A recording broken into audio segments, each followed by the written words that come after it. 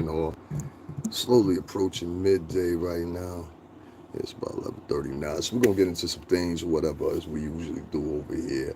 Um, Prosecution's kind of angry about these latest moves by Puff. I can't hold you. And there's a whole bunch of things that I'm gonna talk about today. One of the things that you guys saw, I'm pretty sure in there, was the fact that I threw up the judge's name in this. And I know a lot of people are gonna be like, well, "Why'd you throw up the judge's name?" or whatever the case may be, right? And I'm gonna tell you why in a few seconds here. But give me a second. Let me share this, and we're gonna get back together. We're gonna all talk about this stuff or whatever. Make sure you bring your change today. You know what I'm saying? We need all the donations and support we can get. So I'm gonna start it off like that since everybody want to accuse me of doing stuff all the time. Might as well, right? So make sure you guys donate. $ STRINGERBELLA0. Also, what you'll find is you'll find a link now for Venmo and also a link for PayPal, which you can find in this link that I'm going to share. You can find it in the description box. I figured, hey, I might as well start them off now. Usually I wait an hour. Well, hey, why not? This is what people are accusing me of, right? And I'm not doing that. So, hey, give me a second. Let me share this. We're going to get into it.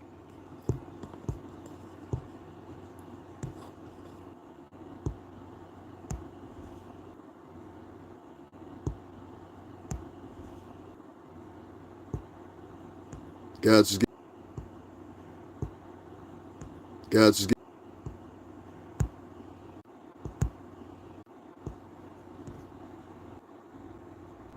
give me one. Give me 1 second, guys. I'll be right back.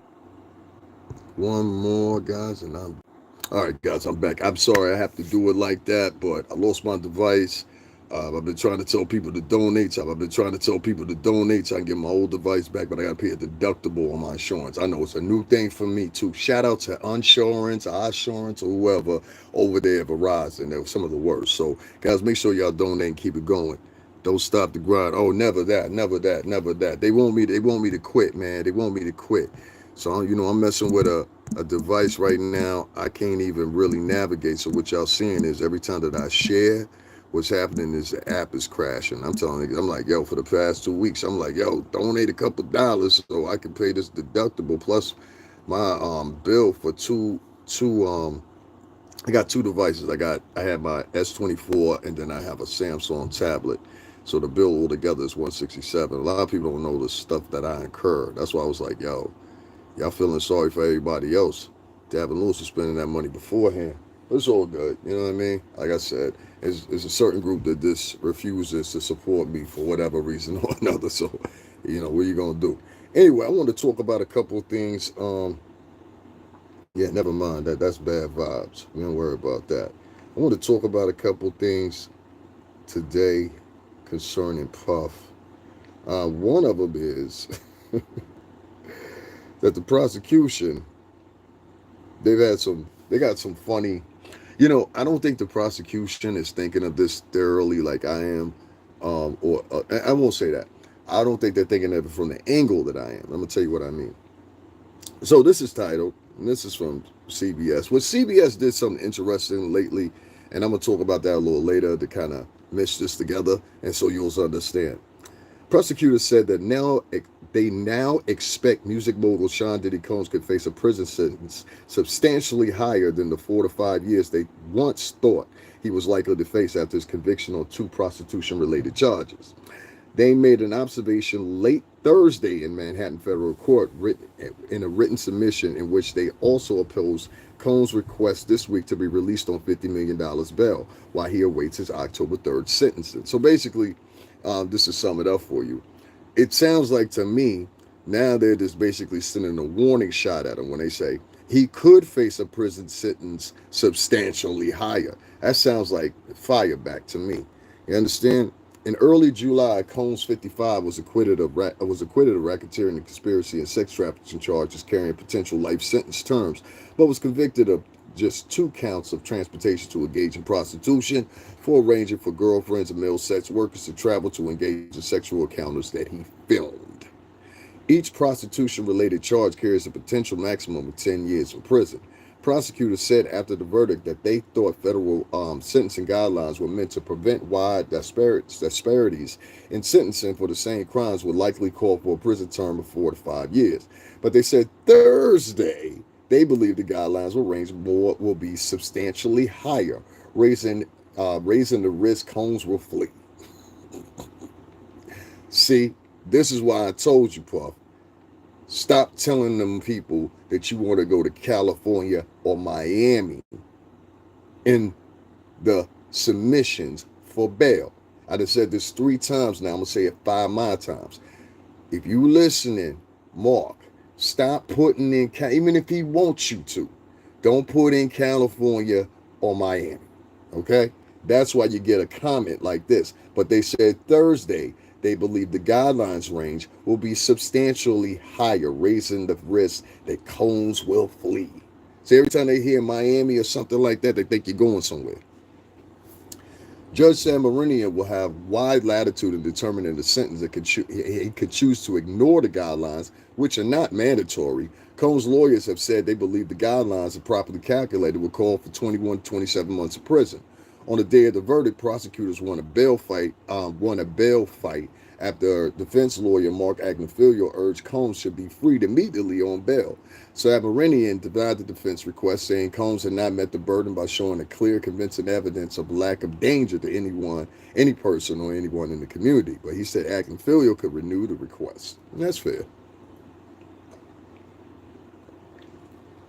In doing so Tuesday, Agnifilo cited other cases he said were comparable to Combs' conviction in which defendants were granted bail. He cited severe conditions at the Metropolitan Detention Center in Brooklyn, where Combs was being held since September arrest in a New York hotel. He also said Combs was being treated unfairly for engaging in a swingers lifestyle, in which he and his girlfriend sometimes invited male sex workers to join them in multi-day marathon sex performances. So what? Prosecutors said in their filing Thursday that Combs' conviction in the prostitution-related counts carry mandatory requirement that he remain in jail prior to sentencing, unless he could prove exceptional circumstances, which they said he cannot. I wouldn't go that far. That's kind of arrogant to say. They said that he should also remain in prison as a danger to the community, claims Agnifilo disputed in his papers. A claim Agnifilo disputed in his papers.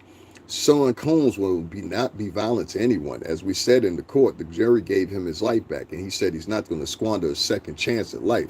Nor would he do anything to further jeopardize his 7 children not having a father, and 4 of his children that don't have a parent at all. This is very true. Agnifilo wrote earlier this week. Prosecutors also said conditions in the federal lockup had improved considerably before Combs was arrested. No, they didn't. I'm going to get into that in a minute, too, because I know something that y'all don't know. I'm here in the New York City tri-state. That is not true. And I've been down to that prison, as many of y'all know, months ago. And I'll pull up that video for y'all in a little bit. A federal judge in January 2024 had blasted conditions at the jail, including extensive lockdowns and inadequate medical care. Prosecutors said cases cited by Agnifilo in which other defendants received bail were not comparable to crimes Combs was convicted of carrying out, particularly because of his propensity for violence. The defendant's extensive history of violence and his continued attempt to minimize his recent violent conduct demonstrates his dangerousness, and that he is not amenable to supervision. Wow, that's a lot to say.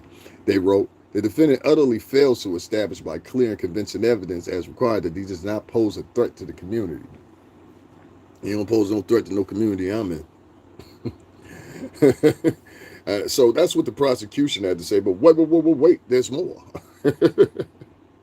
There's more. Now, the prosecution just sat there and they said that he might flee or whatever, which, once again, I said twice now, and I'm going to say it again. Stop telling these people, Puff, that you want to be in Miami or California. Terrible idea. Now, I want to read something else from y'all because I think this is kind of hilarious right here. But I'm going to read it anyway. This is from Megyn Kelly.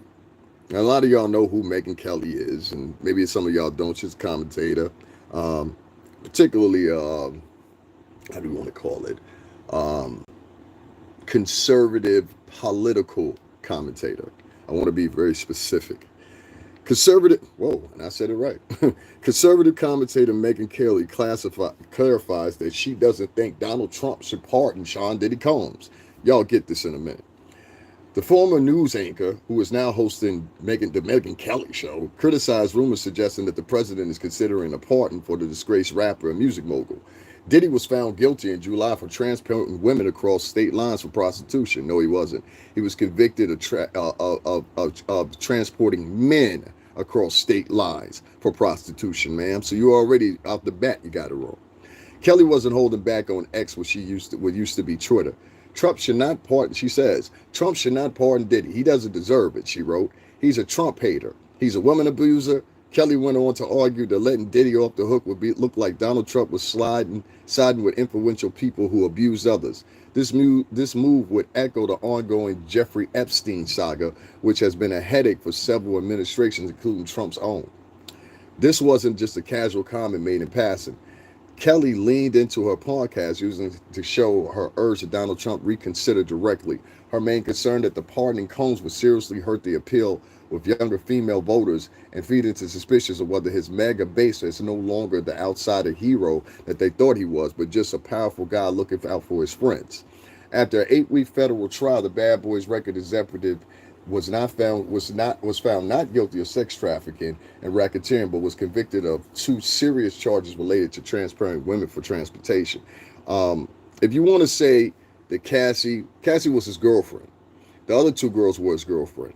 The guys, on the other hand, they were the hired help. All right, we all know that these guys have sat down, done interviews and everything else, one after another that was involved. Do these guys sound like someone, except for one of them? Do they sound? And he's suing Cassie. That's the ironic thing about it. He's suing Cassie. And he threw Diddy into it too. But for most, he was talking about Cassie. All right? The courtroom presented an alarming picture of Combs as he was an habitual abuser, violent, controlling, emotionally abusive. Singer Cassie Ventura and several other women came forward in the detailed accounts of years of suffering under his influence. We all saw the videotape of him beating the heck out of Cassandra Vittori, Kelly noted on the show. That was so much more testimony about the other women he repeatedly beat all the way up to when he was arrested. He didn't even deserve any Donald Trump mercy. Donald Trump had seriously considered a full presidential pardon ahead of what's her name. And this is the funny thing about it, right? As we're sitting there saying that, here's a picture of her with Puff and Trump. The same woman that's talking about Puff shouldn't get a pardon. Here's a picture of her, him, and Trump together. Now, let me give y'all some history real quick before I move on to the next thing. And I'll tell you why I think Megyn Kelly sounds silly. Guys, make sure y'all double tap the screen, hit the like button. There's over 120 people in here. Double tap the screen, hit the like button. Please don't hesitate to hit up the Cash App, support the channel. First of all, Megyn Kelly, before you even came along, Puff knew Trump. What's going on, Spark? Before you even knew who Trump was on a personal level, to even speak for him publicly, or even to speak for his base publicly, Puff knew Trump before you did. In fact, Puff knew Trump, let's say 2 decades, almost two and a half decades back, to the late 90s. That's how far Puff go back with Trump. I don't think Trump will disagree with that at all. You understand what I'm saying? And whether it's myself, which Trump, whether whoever it is that advocates that Trump should give him a pardon, I would say this. If you're saying that it would be the perception that he's helping out his rich friends, if you would say the perception is the ongoing investigation with Epstein and Maxwell, who's also asking for a pardon. Her team is now asking for a pardon, or subtly suggesting that she may get a pardon, and she has to do any more interviews, any more Q&As, etc., etc. This is with Maxwell. Or Madame Petite. This is what she's expecting now. Now, let's put these in a balancing act here. Jeffrey Epstein and Ghislaine Maxwell, and I've said this before, they are accused of over time abusing over 1,000. 1,000. Let that sink in your head. 1,000 young girls specifically. for over almost 2.5 decades. He was forced brought up in the I think the late, what was it, late 90s, 2000s or something like that. And they acquitted him of that. They got him out the way, and he still continued to do what he did. And if you match the time period, I'm gonna make this all make sense in a minute, guys. Make sure y'all double tap the screen, hit the like button. Just double tap the screen, hit the like button. Over 140 people in here. Double tap the screen, hit the like button. Not only did Trump know Diddy before Megyn Kelly, you can just tell that by age alone. Not only that, but her making comments sound silly, but this even further it up. You're talking about Ghislaine Maxwell, we would say it. Ghislaine Maxwell, right? Hey, what's going on? Ghislaine Maxwell, right? Her team is now asking if there is another Q&A. She should be susceptible to getting a pardon or some type of thing shed off of her what's her name? And you're saying that won't lose the female base when she was the person that won't lose the female base, Megyn Kelly, and this girl was the reason why Jeffrey Epstein got all the women that he got. She facilitated everything. So if that won't lose the female base with Trump, if he gave her a pardon, why would it with Diddy if we ain't got nothing but these three gals? And one of them came in the hints of $30 million. That don't make sense to me. No, that sounds like you don't want a nickel to get a pardon. You like, whoa, Trump, you pardoning too many nickels. NBA young boy, you got to stop, because I'm Megyn Kelly. Oh my God, nobody gives a fuck, but I'm Megyn Kelly. You understand what I'm saying? You feel me? So you got to start looking at things like that and understand that there's a group of pundits, it's a group of commentators, there's a group of news outlets, there's a group of faux supporters / I want my YouTube page up, I want my ratings up, but they really don't care what's going on type of individuals that are out here that will say things like this. Now, if you don't believe me, Megyn Kelly said this on X. Then she later up, after she got some responses, she tested the water with X, because that way she could get rid of it. Imprint might still be there, but she could get rid of it ultimately. You understand what I'm saying? And she could say, oh, it's a typo, one of my staff did it, or whatever. She could add, excuse for that. But the funny thing is, she started talking loud about this, but I don't hear no words that you talking about Ghislaine Maxwell. Now, I want to read y'all something about Ghislaine Maxwell. Huh? Petite mademoiselle, elle madame petite. Sacre glas. Ou somebody dit glas. Oh, femme bêche ou somebody dit glas. Ghislaine Maxwell, who was convicted of aiding sex offender Jeffrey Epstein, is willing to provide information to the Congressional Committee next month during her disposition, but only if she's granted immunity or pardon, according to a letter from her attorney obtained by CBS News. Last week, the GOP-led House Oversight Committee subpoenaed Maxwell, who was serving a 20-year prison sentence, to sit for a deposition as a fallout over Trump administration handling of the case continues to intensify. A deposition was scheduled for August 11 at the federal prison in Tallahassee, where Maxwell is serving her sentence. However, in a letter Tuesday addressed to the House Oversight Committee Chairman, Representative James Comer, Maxwell's attorney, David Marcus, said that she is willing to sit before the committee, but only if there's a certain legal paper appeals are finalized or her client is granted clemency or pardon by President Trump. Ain't that something? Public reports, including your own statements, indicate that the committee intends to question Ms. Maxwell in prison without grant of immunity. Those are non-starters. Ms. Maxwell cannot risk further criminal exposure in a politically charged environment without former immunity. Once again, that word, immunity. Marcus wrote that any questions that Maxwell will have to be given in her advance to ensure accuracy and fairness, and that conducting the deposition in prison would create security risks and undermines the integrity of the process. In other words, somebody might want to put hands on Ghislaine thinking she a snitch. Maxwell was convicted in 2021 for her role in helping Epstein recruit, groom, and abuse underage little girls. But you'll have Megyn Kelly say, no, the worst thing that could happen is Diddy get out of jail. Epstein died in federal custody in 2019 as he faced sex trafficking charges. His death was ruled a suicide. Coward motherfucker. Marcus wrote that because Maxwell's ongoing appeal to the Supreme Court to overturn her conviction, so she already had an appeal out. No Megyn Kelly making any comments. Notice this. Any testimony she provides now could compromise her constitutional rights, prejudice her legal claims, and potentially taint a future jury pool. And that's something.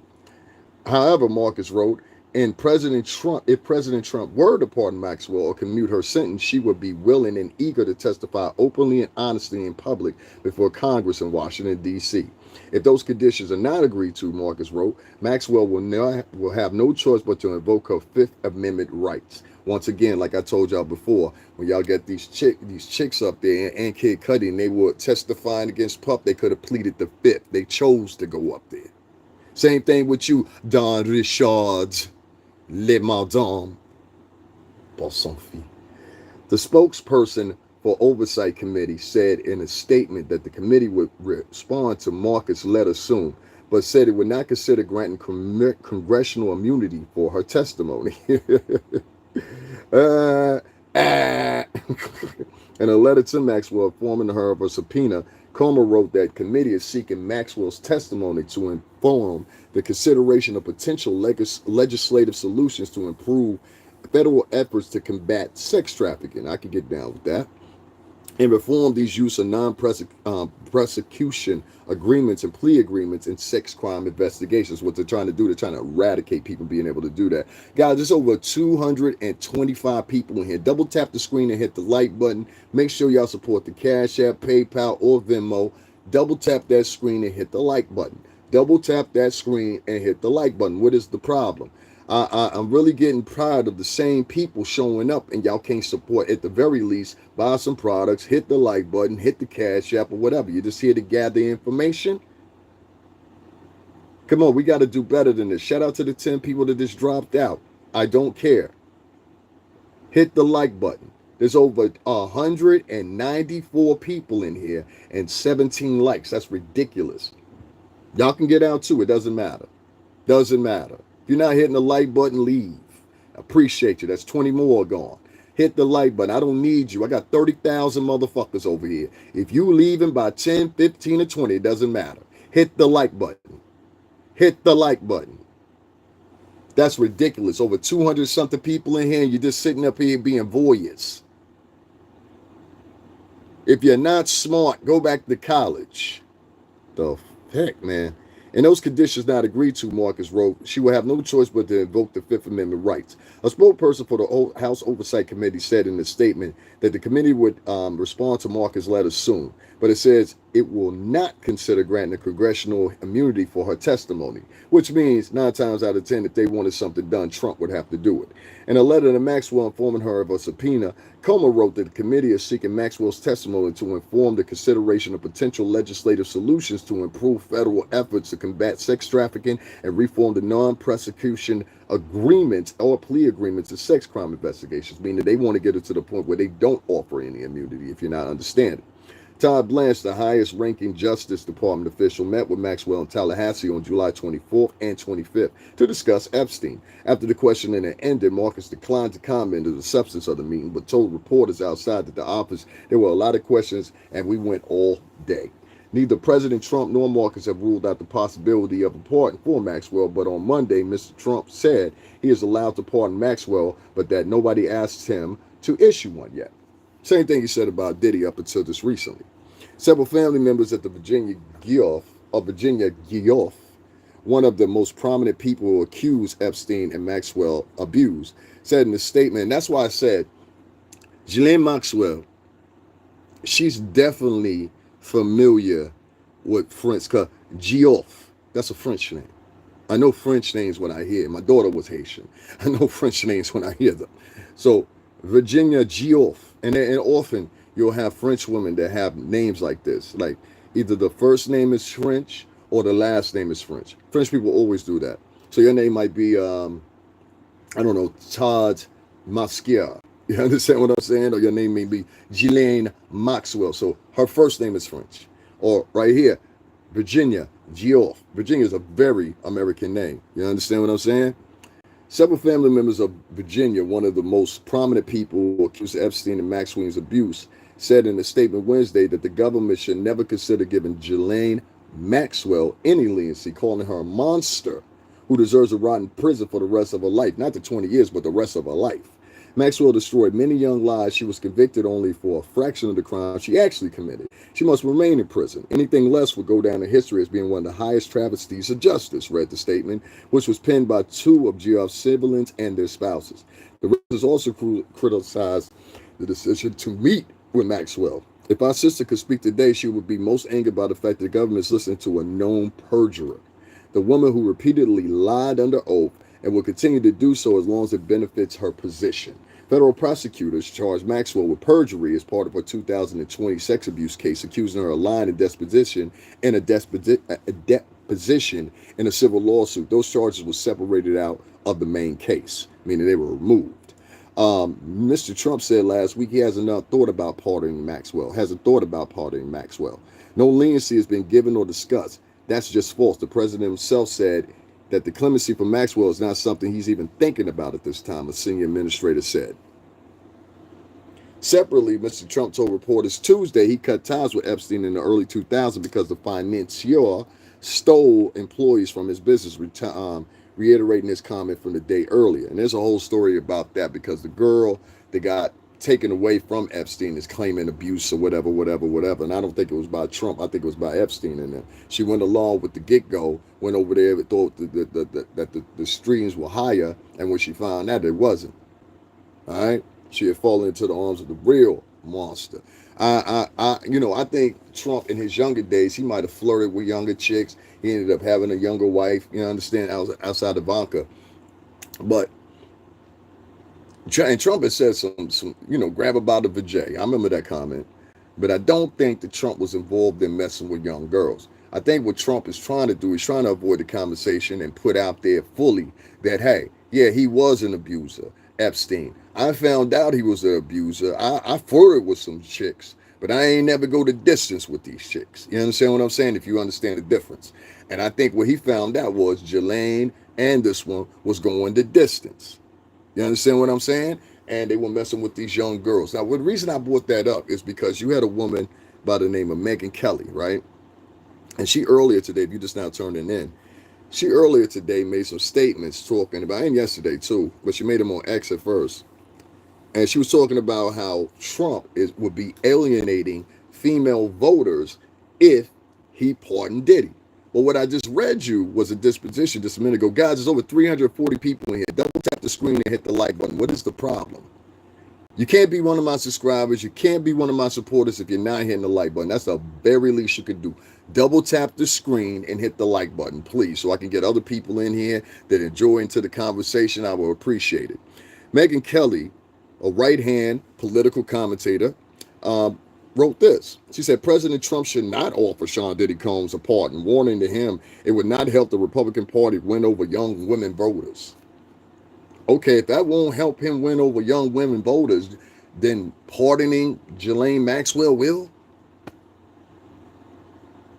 You got to make that make sense to me, Megyn Kelly.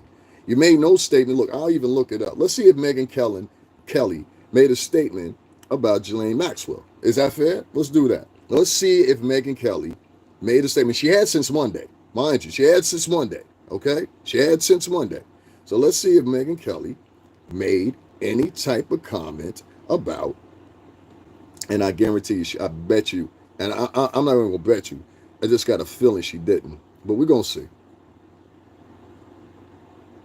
Let's see what she had to say about Ghislaine Maxwell.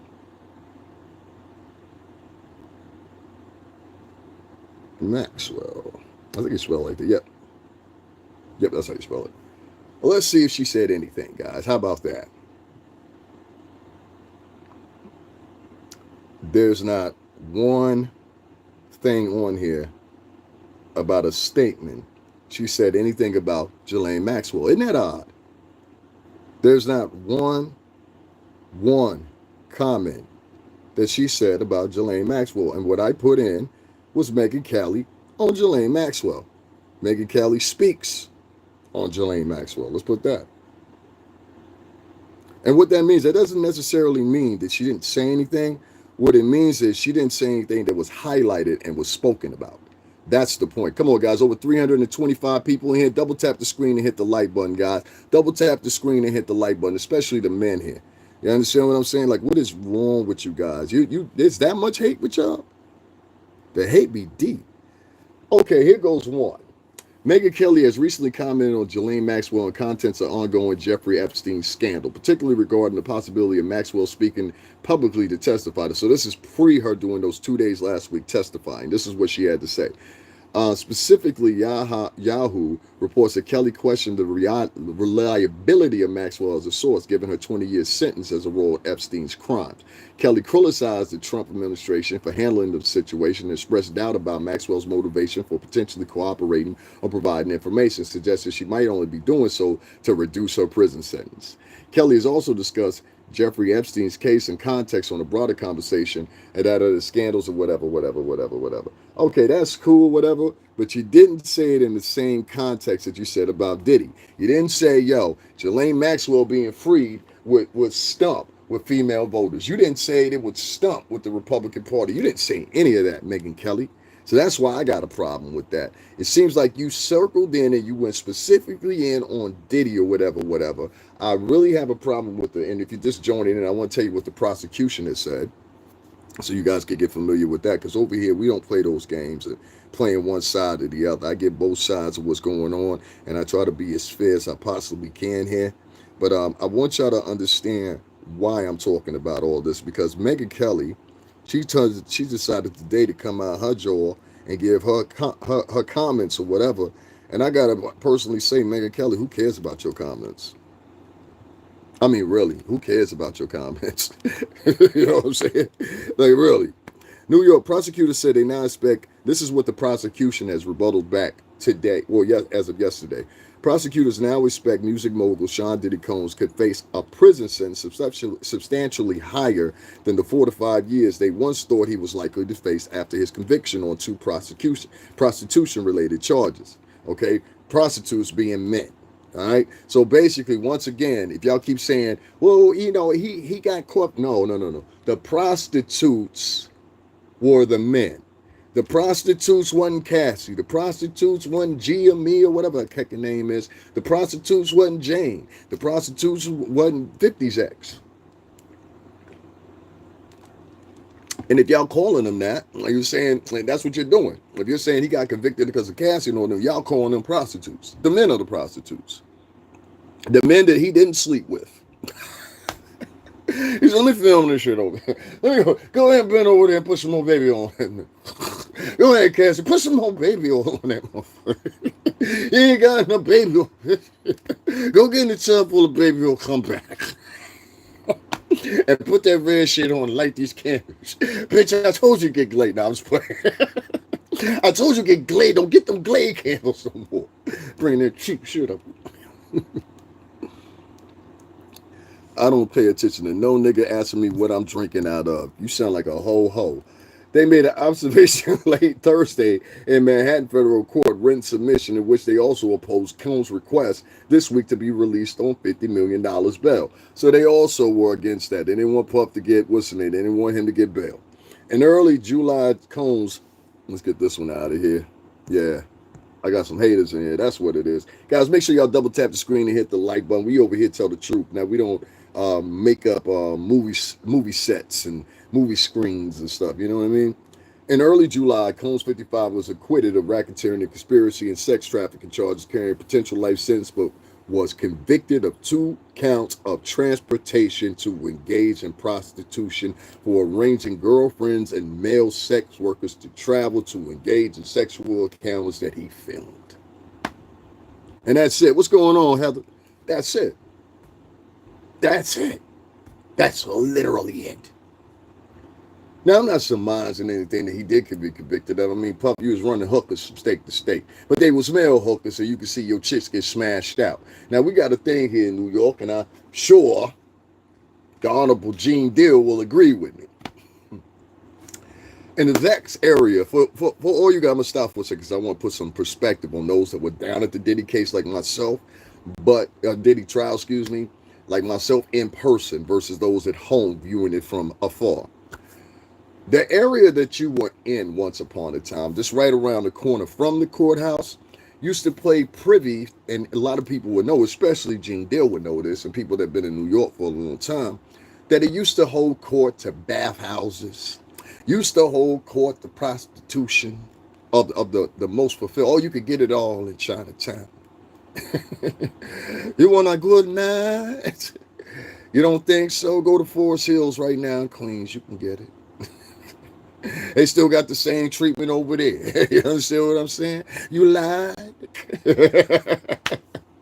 And these bathhouses that they had in the same area that y'all went to the Diddy trial, for those from out of state, these bathhouses went in, I think they closed down the batch of them probably about 2002, 2003, somewhere around there. Because many people remember that's when they still had the Village Voice and all that, or whatever. In the back of the Village Voice, it was a free newspaper. In the back of the Village Voice that you could pick up, like you could literally open it out. And like New Yorkers, y'all know what I'm talking about. You could pull the thing open. It's a free newspaper. Came out, I think, like once a week, and I believe it came out on like Wednesdays. It might have been on like Wednesdays or something like that. A new one came out. I don't even know if they still make the Village Voice no more. But I used to grab it, and a lot of other people used to grab it. So you know what I'm talking about, just because it was for free. And there's a whole bunch of other newspapers that were for free too. But hey, what's going on, Diana? But in the back of the Village Voice, what you would find is you would find advertisements for, like, bathhouses, rub downs, and all that or whatever. And unprivy to a lot of those people that were down there at the Diddy trial, they didn't know that all this behavior used to go on literally right around the corner. Right around the corner. You understand? And these bathhouses, the real reason they shut them down because of the fear of STDs transmitting. And it was mostly men and women and orgy behavior and everything else going on there. And nobody got a problem with it for years. I spoke before, there was a club out in Staten Island that got started. Later on, it trickulated out to Jersey and then made its way to Midtown Manhattan. By the time this club had almost four different locations, right? That came out of the late 80s all the way up, from the late 70s all the way up until I think it was 90 something, and they closed the last one in Midtown Manhattan, right? And the place that they closed in Midtown Manhattan, you understand what I'm saying? Same thing. It was a sex club, swingers club. You understand what I'm saying? No time did you really hear any of these pundits or anybody come in like that. They closed them down because of an infraction that they made. They didn't close them down because they had a sex club going on. Understand me? Now, you can very easily look this up and you can see what I'm talking about or whatever. They even have videos. They even did a documentary on the same sex club. My point is, if you was on 42nd Street, there was the peep houses. The peep houses were different then. If you remember back in the days, I remember these are the first places that I really came to tone. You used to walk in, you pay, they say it was a quarter, but really you ain't getting no action unless you put in like $5. So you would put in like $5 worth of quarters or whatever. There'd be a whole bunch of windows that open up, and inside of it'd be 2 to 3 naked girls. And then they started getting innovative, and they started just having like 3 or 4 girls. You could pick what girl you wanted to talk to, or whatever. You understand what I'm saying? And this was New York City. Now, when Mayor, what is his name? He's in trial now too. I forgot what his name is. I ain't said his name in so long. But when he came in, this is when all this stuff started shutting down in New York. So all the bathhouses, Mayor Gia, what is his name? Gee, I ain't said his name in so long. Y'all know who I'm talking about too. Short with the glasses. He was a former prosecutor. I forgot what his name is. But when he came in to be mayor of New York City, a lot of things changed. Like Giuliani. I was trying to say his name. Giuliani closed down all the porn houses on 40. I'm talking about these was on 42nd Street. He closed down. The kids is walking past them or whatever. All these places had been there since like the late 70s, 80s, going all the way up until 2000 something or not, maybe 2001, 2002. So what he did was he switched and made an ordinance, and he said you can't have these porn houses in a certain spec of each other, a certain radius of each other. So he made that a law, and a lot of them got forced to close down. With the bathhouses, what they did was they went in there and they used the same thing I was talking about with this club, and they used health reasons, STD spreading, things like that or whatever. Guys, make sure y'all hit the like button. There's over 400 people in here. There's no excuse why you can't hit the like button. Double tap the screen and hit the like button. The other thing that happened was, how can I say it?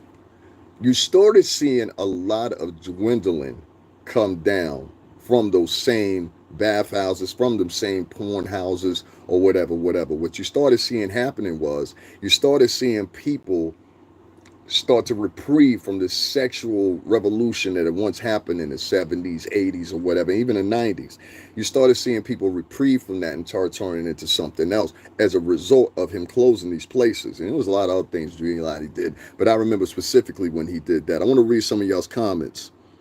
Info given at this time for the viewers, listeners alike. Read between the lines. I'm from the 50s, 60s, and 70s. I'm telling you, okay, Patricia, appreciate that.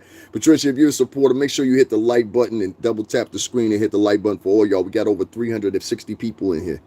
Run them likes up, but y'all I told you, it's a lot of haters watching me.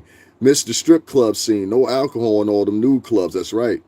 And this was normal fare in New York City. I'm about to start panhandling too. That's cute. That's cute. Anybody hear me say anything about, I'll get to that in a minute. Let me read the real people's comments. Bathhouses have been around many, many years. They have. Bathhouses in West Hollywood were popular back in the days. This is somebody telling you the same thing, but they're in California. California had the same thing. California, you got to understand, is the antithesis for a lot of things. And one of them being the porn scene, and which you moderately have now acquisition to being OnlyFans. Them girls had managers, and most of them started out as prostitutes. Then they made their way to the sex houses and the clubs, things like that. California is kind of unique, like Connecticut here where I live at is, which is the fact that they usually shut everything down by 1 o'clock, 2 o'clock, 1 o'clock, 1:30 during the week, I believe, and like 12:30, 1 o'clock, something like that during the week, and then it's like 1:30, 2 o'clock during the weekend. They don't stay very open very late at California clubs. I've been to California clubs before, multiple times, and I'm trying to tell you, they don't close down. They take the party somewhere else, so you're going to be over somebody's house in the parking lot somewhere, outside the club or the parking lot. A lot of people got pools at their cribs, so they'll be like, yo, so-and-so, we having a pool party over there. That's always popular. But California, their clubs closed down too. Just joined in, and I'm a realist myself. You have to call it what it is, leaving no stones unturned. People are something else at times. Have to be up, especially being true New York already. We all know he was getting high and swinging, nothing new in the hood. Hey, sweetie, how you dying? Long as he ain't mess with no kids. And that's the thing, too. These continued conversations about kids, right? But nobody's highlighting Ghislaine Maxwell. And I honestly and truthfully have to say this. I'm not talking to the ladies and nothing like that. I'm talking about the sisterhood. The sisterhood, they can never do any wrong. According to the sisterhood, you can catch somebody with the gun in their hand, bag of money, and running around and got one foot in the getaway car. And she'll be like, she ain't do it. That's what the sisterhood are telling them to do. They ain't do it. The reason she did is because of the system and men. Thank you very much. Y'all make sure y'all hit up that Cash App, man, and support the channel, man. We need y'all support, bro. I'm trying to do some things. I'm trying to get my what's the name back, my device back. Plus, on top of that, I got 167 to pay out. I need some help, y'all. I'm messed up. So make sure y'all hit the Cash App. If y'all ain't got Cash App, there's a Venmo link, and there's also a PayPal link that you don't even have to sign up for PayPal as long as you got a credit card. If you ain't got a credit card, I don't know what to tell you from there. You know what I'm saying? But make sure y'all support the channel. Y'all see I'm here every day. Yesterday, I ended this live and I had over, 26K? The day before that, 24K, and not one donation. And I'm like, that's weird. And then I started figuring out a lot of these people that are sharing me, they're sharing me to new viewers. A lot of these people here are haters. A lot of these people are familiar damn well who I am. And so they're here to gather and splice together information. So, you got to expect it. I want to go on further here, and I want to talk about something else. Now that I've gotten out of that, I want to point y'all to something in the case of Judge Samarinian. Judge Samarinian, yes, he's from Pennsylvania. But Diddy's judge, I'm originally from Bed-Stuy, do or die back in the days for real already. Judge Samarinian has to come to contextual about some certain things. Now, let me tell you, as being the son of an immigrant man, I know how people start to think when they get to America. You learned about this being around people from the Caribbean from the time you were young or whatever, whether they be Jamaican, whatever they be. One thing that falls in order is they always want to acquiesce. Now, what do I mean by acquiesce? Assimilate. And so what they do is they get over here, a lot of people, and I'm sure Judge Samarinian will agree with me on this one, being that he is from an immigrant background too. A lot of people, they come over to America, and the first thing they want to do is they want to assimilate. The first thing they want to assimilate with a lot of times is white culture. And the reason they want to assimilate with white culture, because you have to understand, a person that immigrates to the United States is very different from someone that stays in the land. You understand what I'm saying? I think y'all get that confused a lot of times, even with the case of Africans. And I know this from conversations I've had. I myself had a friend that was from, I believe, where was he from? Ghana. And his name was Baba Ontunde. Real good friend of mine still to this day. I haven't talked to him in a very long time, but an older gentleman. Had been in America since 1973. So he had seen a lot, you know? And so I remember from having conversations with him, and he didn't think oddly about African Americans. Let me tell you why I'm bringing this up. The reason I'm bringing this up is because I think Judge Samarinian has made some comments that he's saying in his position, but it's not inclusive of the whole courtroom. You understand? And let me tell you what I mean. He says, when we talk about the Mann Act, Judge Samarinian says, well, you know, at one time that might have been used in that order, but in this court, modern day, he underlines modern, he says, well, it's not. We're giving everybody a fair chance here, kind of in the echoing prude white man. Is that fair? A prude, but at the same time, quasi-conservative white man. All right. Now, I don't mean that in any regard to any white man on here. I got white friends. I grew up with Italians and Greeks. Take it up with me later. My point is, guys, make sure y'all double tap the screen and hit that like button.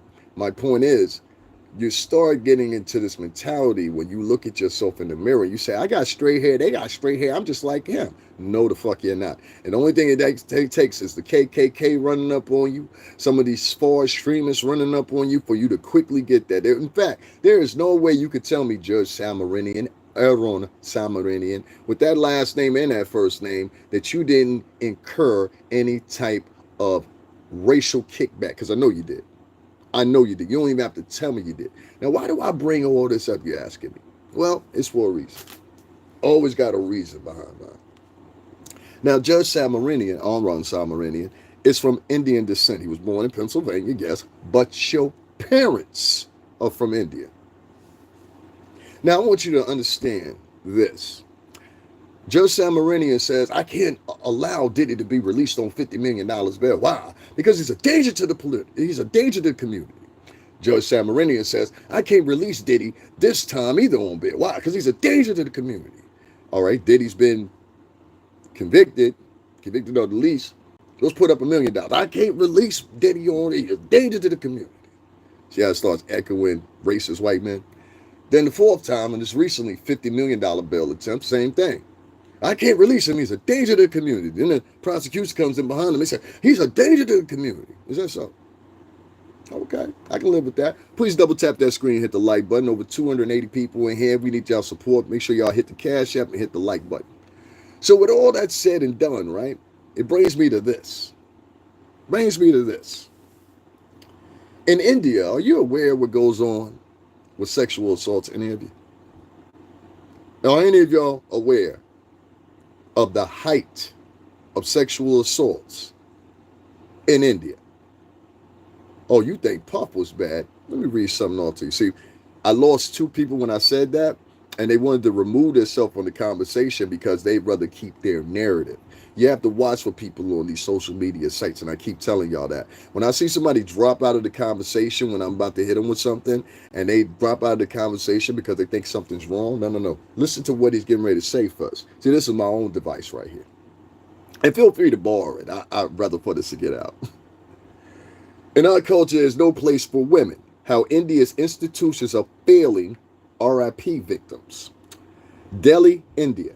On August 15th, as India prepared to celebrate its 78th Independence Day. And I want to remind you guys, this article is brought to you by CNN. It was brought to us not even a year ago. Okay? A year ago. All right? Around the same time that Puff got brought up for whatever. And this is Judge Samarinian, Puff's judge. And I'm not trying to take any shots, but I'm saying we have to open our eyes to things, Judge. Okay? Okay, Judge? You got problems in your own country that are worse than this, and you're talking about Puffy. Okay, Judge? Okay. On August 15th, as India prepared to celebrate its 78th Independence Day, thousands of people took to the streets across the state of West Bengal to protest women's lack of freedom from sexual violence and harassment. Well, how about that? There had been other protests before. Less than 2 days before Independence Day, just thousands of doctors went on strike, and there have been many more since, all sparked by the brutal sexual assault and demise of a 31-year-old trainee doctor in West Bengal's capital, Calcutta, on August 9th. By Indian law, RIPE victims, y'all know what I'm talking about, cannot be named.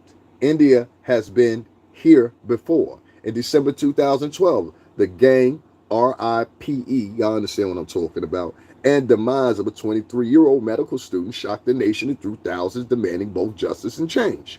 Justice came from near Biaha, as the 23-year-old became known, with all 5 people, 4 adults and 1 juvenile responsible for demise, were found guilty. But despite the creation of the Nahidya Fund in 2013, through which the government makes several $100 million available to fund initiatives to improve the safety of Indian women, change has been more elusive.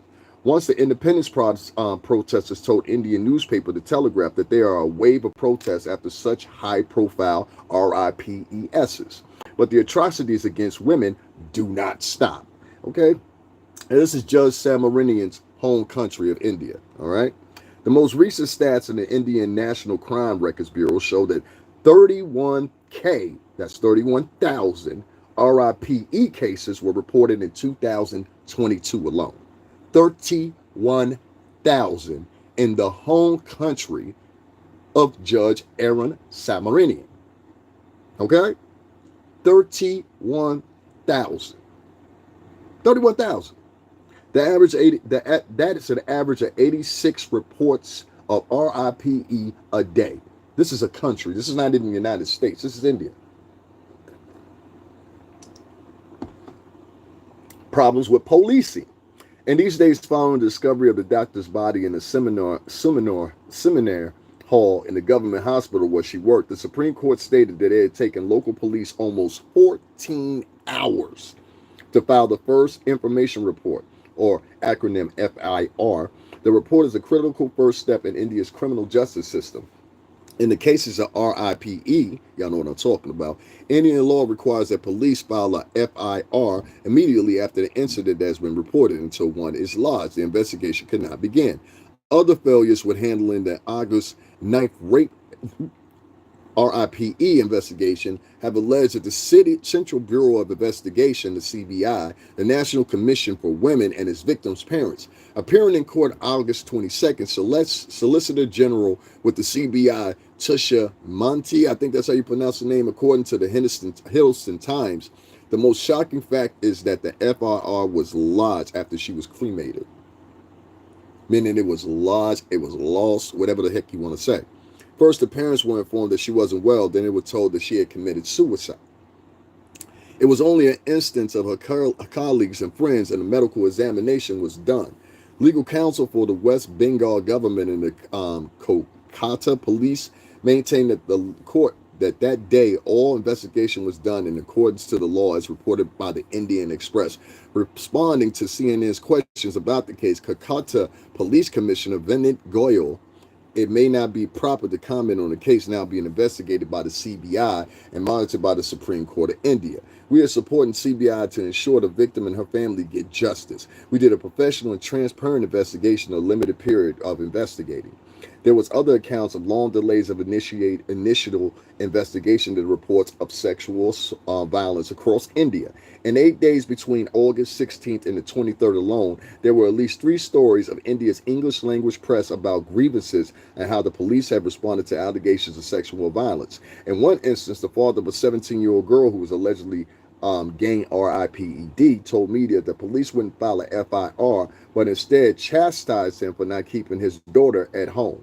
Instead of writing a complaint down and immediately catching the criminals, an officer at the police station kept scolding me for not confining my daughter to the house. He said girls shouldn't be allowed to go out. The father, who was unnamed, told Telegraph.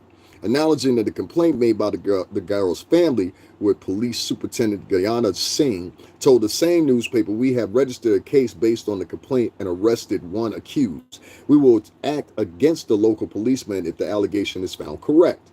Audrey DeMello, director of Maji's nonprofit organization. Make sure y'all go down below. I got one of my bad boy brothers. Shout out to Loon. What's the name? Just talked about these nonprofit organizations, and you'd be surprised how much money they bring in. Some of these nonprofit organizations collectively alone are bringing in more than Exxon. Director of Manji's, a nonprofit organization which offers legal counseling to women and children facing sexual and domestic violence, told CNN the police delays are something they hear about all the time. Over the past 10 or 12 years, of the 2,500 RIP cases Manji has worked on, DeMello says 2,500 in 12 years. That's ridiculous. Were delayed 95 FIRs were delayed in 90% of them. 90%.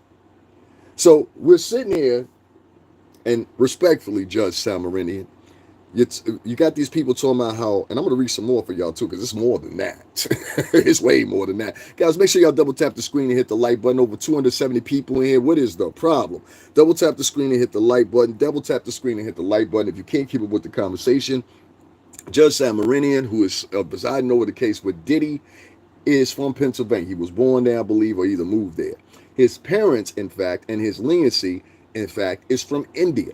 And so what I'm reading is currently, not in the past, not 5 months back, I'm just basically responding to something I keep hearing Judge Samarinian reiterate, that Diddy is a danger to the public. And I have to one-up you, sir, and say, no, sir, the men of your country of origin seemingly are people that are dangerous to the community, even way before they commit a crime. Huh? Are y'all not listening to the number? Let's read another one. Let's read another one. How about that, huh? Let's do that. Let's listen to this one. Gang RIPE of a tourist in India highlights a struggle to curb sexual violence against women. This is another article. Now, this is brought to you by the Associated Press. This one is marked March 5th, 2024. Okay? That's not that long ago. It's about a year. The woman in an Instagram video appeared shaken. Her face was swollen and blue. Sitting beside her husband, she began recounting her ordeal. "Something happened to us that we couldn't wish on anyone," she said in Spanish. With captions in her English. Her husband then said, "We were assaulted in the tent. We were beaten. They put a knife to our necks, and she was RIPE'd by 7 guys." In the video that has been since deleted, the woman said the assault on her and her Spanish partner, both travel vloggers, okay, so these are people that visited India from another country, and this happened to them, took place, I want you to underline that, took place in a forest late Friday in eastern Jharkhand State Dumka district, where they were camping on their way to neighboring Nepal, India. The couple, who had been documenting their trip for more than 200,000 followers, 200,000, on their Instagram account, were found by a police patrol van, which took them to the hospital, where the woman said she had been RIPE'd. The police in Jharkhand confirmed the incident. Confirmed the incident and arrested 3 men over the weekend. On Monday, police said that they were searching for 4 more suspects. The Associated Press generally doesn't identify victims of sexual assault. The case triggered a nationwide outcry for one of India's rampant problems, a decades-long struggle to curb rising sexual violence against women. A decades-long struggle. Now, Judge Samarinian, I'm just saying, as you being of Indian descent, respectfully, your parents being from India, nigga, why you ain't logged in on this shit? Judge, respectfully, I ain't trying to challenge you on that. I'm just saying, nigga, you ain't trying to help out with this. But you saying Puff is a danger to the community? Huh? Now it sounds like these niggas from your country is a danger to the community, respectfully. Your mama in this country is some dangerous men. Maybe you need to be presiding as a judge over there. Because if Puff is a danger to the community, what are these motherfuckers? This woman got sexually assaulted by 7 men in front of her husband as they held a knife to his head. And you talking about pulp is a danger to the community? Come on, Judge Samarini. Come on now. I need you to take this shit in consideration, Brody. All right? I'm's a nigga, you's a nigga, we some niggas too. A real figure is believed to be a fair hire due to stigma surrounding sexual violence and victims' lack of faith in police. Women's rights activists say the problem is particularly acute in rural areas. Isn't that something? Remember I told you about that before, about rural areas and small areas, where victims of sexual assault are sometimes shamed by the community and families worrying about their social standing. That is exactly what happens, and that extends from Africa to small towns, United States to small towns anywhere. Often the victims are victimized further with insults, and it makes it very difficult for them to report the crime to the police. In such cases, women think it's best to keep quiet, said Miriam Dawahi, a women's rights activist and general secretary of All India Democratic Women's Association. Now, see, when you have women that have to invoke, usually when you have women that have to invoke agencies like this or whatever, it's a reason behind that. And that reason is usually because there's no representation for them prior to that. So the outcries and the incidents that may have happened to them, which we don't condone, because these are real, this is what I'm trying to tell you. Y'all sitting up here touring my puppet. Let me give y'all some real examples. Because this is Judge Samarinian's homeland of his DNA. Let's just say that. Both of his parents are Indian. He's Indian. And this is his homeland in 2024. Okay? So I don't want to hear, oh, the pub is a danger. No, these motherfuckers you got right here in your home country, sir, respectfully, are dangerous than a motherfucker. Often. Now, I'm going to say it like this, and I'm going to say it, and nobody else going to say it. I don't know if Pup was paying for bussy. Or he was paying to see some bussy bust down his chick. But the point is, it was consensual by everybody else's accord. When you're a vlogger and you in a foreign country and somebody rushes into your tent, holds a knife to your neck while you're vlogging and takes sexual advantage of your wife in India, when you on your way the next day and you in between points of going to Nepal, one of the biggest sites in India. You understand what I'm saying? There's something off here. It's not a racist statement. It's a real statement. This is this man's DNA. He's Indian. Judge Samarinian. We're not trying to piss him off. We ain't trying to call him out. We're calling it for what it is. You just keep saying and reiterating that Puff is a danger to the community, but I'm reading now Article 2 of how you've had sexual assault cases in your country of origin that are so extreme, they almost outpace everybody else in the whole entire international community, sir. The only people that even come to tour with you is a few African countries, not the continent of Africa, a few African countries. People don't realize Africa's a continent, not a country. There's countries within the continent. Understand? Last year, female wrestlers demonstrated against the head of Wrestling Federation, accusing him of repeatedly groping women. Hold on one second. Yeah, here we go. In January, the Supreme Court restored life sentences for 11 Hindu men who RIPE'd a Muslim woman during a deadly religious rioting 2 decades ago. They had been released in 2022 when they were garlanded with flowers by their families and a lawmaker from Prime Minister Narendra Modi's government, Bharati. Some of these words I cannot pronounce. This is not my language. Last year, female wrestlers demonstrated against the head of the Wrestling Federation, accusing him of repeatedly groping women. After months of protests, Britt Brashin Sharon Singh, an influential lawmaker for Modi's party, was charged in court with stalking, harassment, and intimidation. These are people that are heads in government that are even getting accused in India of sexual assault. Joel, even though a high-profile RIPE cases get media attention, a culture of downplaying sexual harassment and violence against women remains prevalent in India. We are continuously on the road to protest, seem to get a single case registered. It shouldn't be like that, she said. The story corrects the nationality of women's husbands to Spanish instead of Brazilian. Okay. The woman's husband, that whatever happened to her, and I'll read that little partition for y'all again, so y'all understand what I'm talking about here. Where is that at? Yeah, and in the past 5 years, the conviction rates for RIP cases have hovered below 30%, according to several government reports. So they only have a conviction rate in India of 30% when it comes to these cases. I don't know if Judge Sambarinian has ever looked in. Have you read the demographics of what's going on in your country? Fuck it. Anyway, it's the hypocrisy for me. That's the only thing for me. Here's another one. And if you think I'm not reading the real thing, here you go. Here you go. You can see the headline for yourself. I forgot to show y'all. This is another article. This will be now the third article I'm reading. In fact, if you go look up this information on yourself, what you're going to see is you're going to see an endless list of articles that come up. And that's the point. An endless list of articles in the results. Just put in sexual assault in India. You're going to be amazed.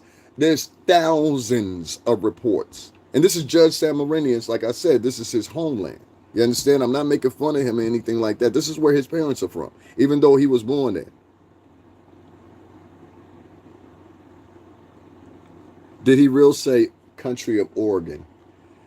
I'm sitting here talking about women getting assaulted and you're making fun of pronunciation and octave. I'm from the New York City tri-state. That's for one. And this dude's name is Pat Tamarchek. Pat Tamarchek, let me tell y'all something, y'all. A guy like that, that's sitting here making jokes about the octave, and when I'm talking about women getting sexually assaulted, that's the guy y'all need to watch out for. He thinks it's funny. He thinks it's a joke. He thinks it's he. And what you'll find, see, I'm working right now. My page is monetized. This is what I do to make money. But it's 12:45 and you watching me, son. And you got time to tap something in. Have a nice day, love and respect. Yeah, a lot of these people, they don't want to have this conversation. Drugging people who do not know they're being drugged is not consensual. Bitch, you having two different conversations. We talking about India.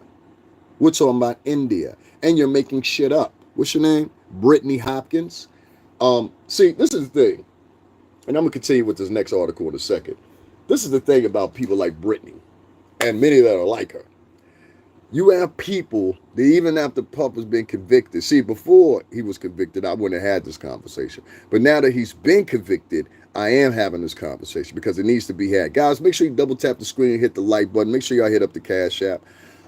I will reiterate, I'm a fair man. I've always been a fair man. You understand what I'm saying? I've also always been a leader. And it's one thing I do know. Call me Davin, Stringer Bell, whatever you want. It doesn't matter. Professional. One thing that sticks out about me in my qualities as a person is this. I'm very fair to the facts. The fact is, Brittany, he didn't drug it. Brittany was one of them type of people that probably initially believed that he had drugs in the baby oil. Weren't you, Brittany? You still here? Or you just want to write a comment and then leave, like a coward? But anyway, coward Brittany is one of those people that keeps a conversation going on online that Puff has still done things that he wasn't convicted of. You understand what I'm saying? Let alone, if you ask Brittany where her baby daddy is currently, she probably couldn't tell you. If you ask Brittany when's the last time her baby father came and visited her, she probably couldn't tell you. You see what I'm saying? Too many people be delved into other people's business, but not minding their own business. So what people like Brittany do is they keep conversations going on even after the trial is over and everything like that. He was messing with kids.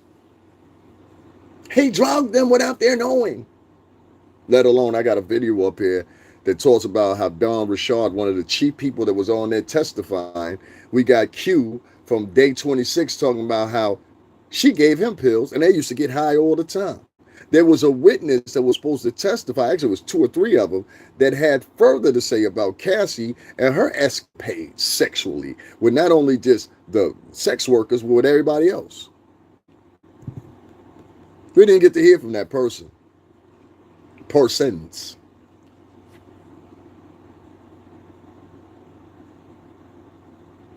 Actually, Vada, there is context of why I'm speaking in it. You just missed it. And that's the funny thing about it. You missed it. No, I'm not talking to Vada. I'm talking to what's her name? I'm talking to Brittany, or whatever her name is.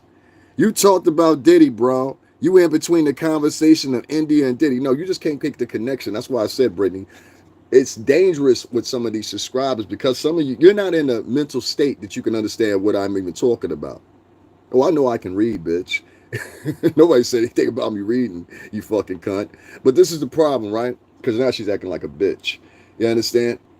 You've got women like Brittany that sit online, and what they do is they sit around and they make up shit.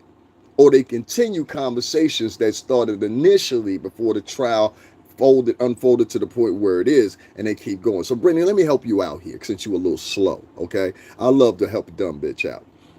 As a dumb bitch, Brittany, I understand you can't make connections with things, and you probably didn't graduate high school, and you definitely didn't go to a secondary community, even at the least community college. So let me help you out, bitch. Judge Samarini, who was the judge in Diddy's case, you remember him?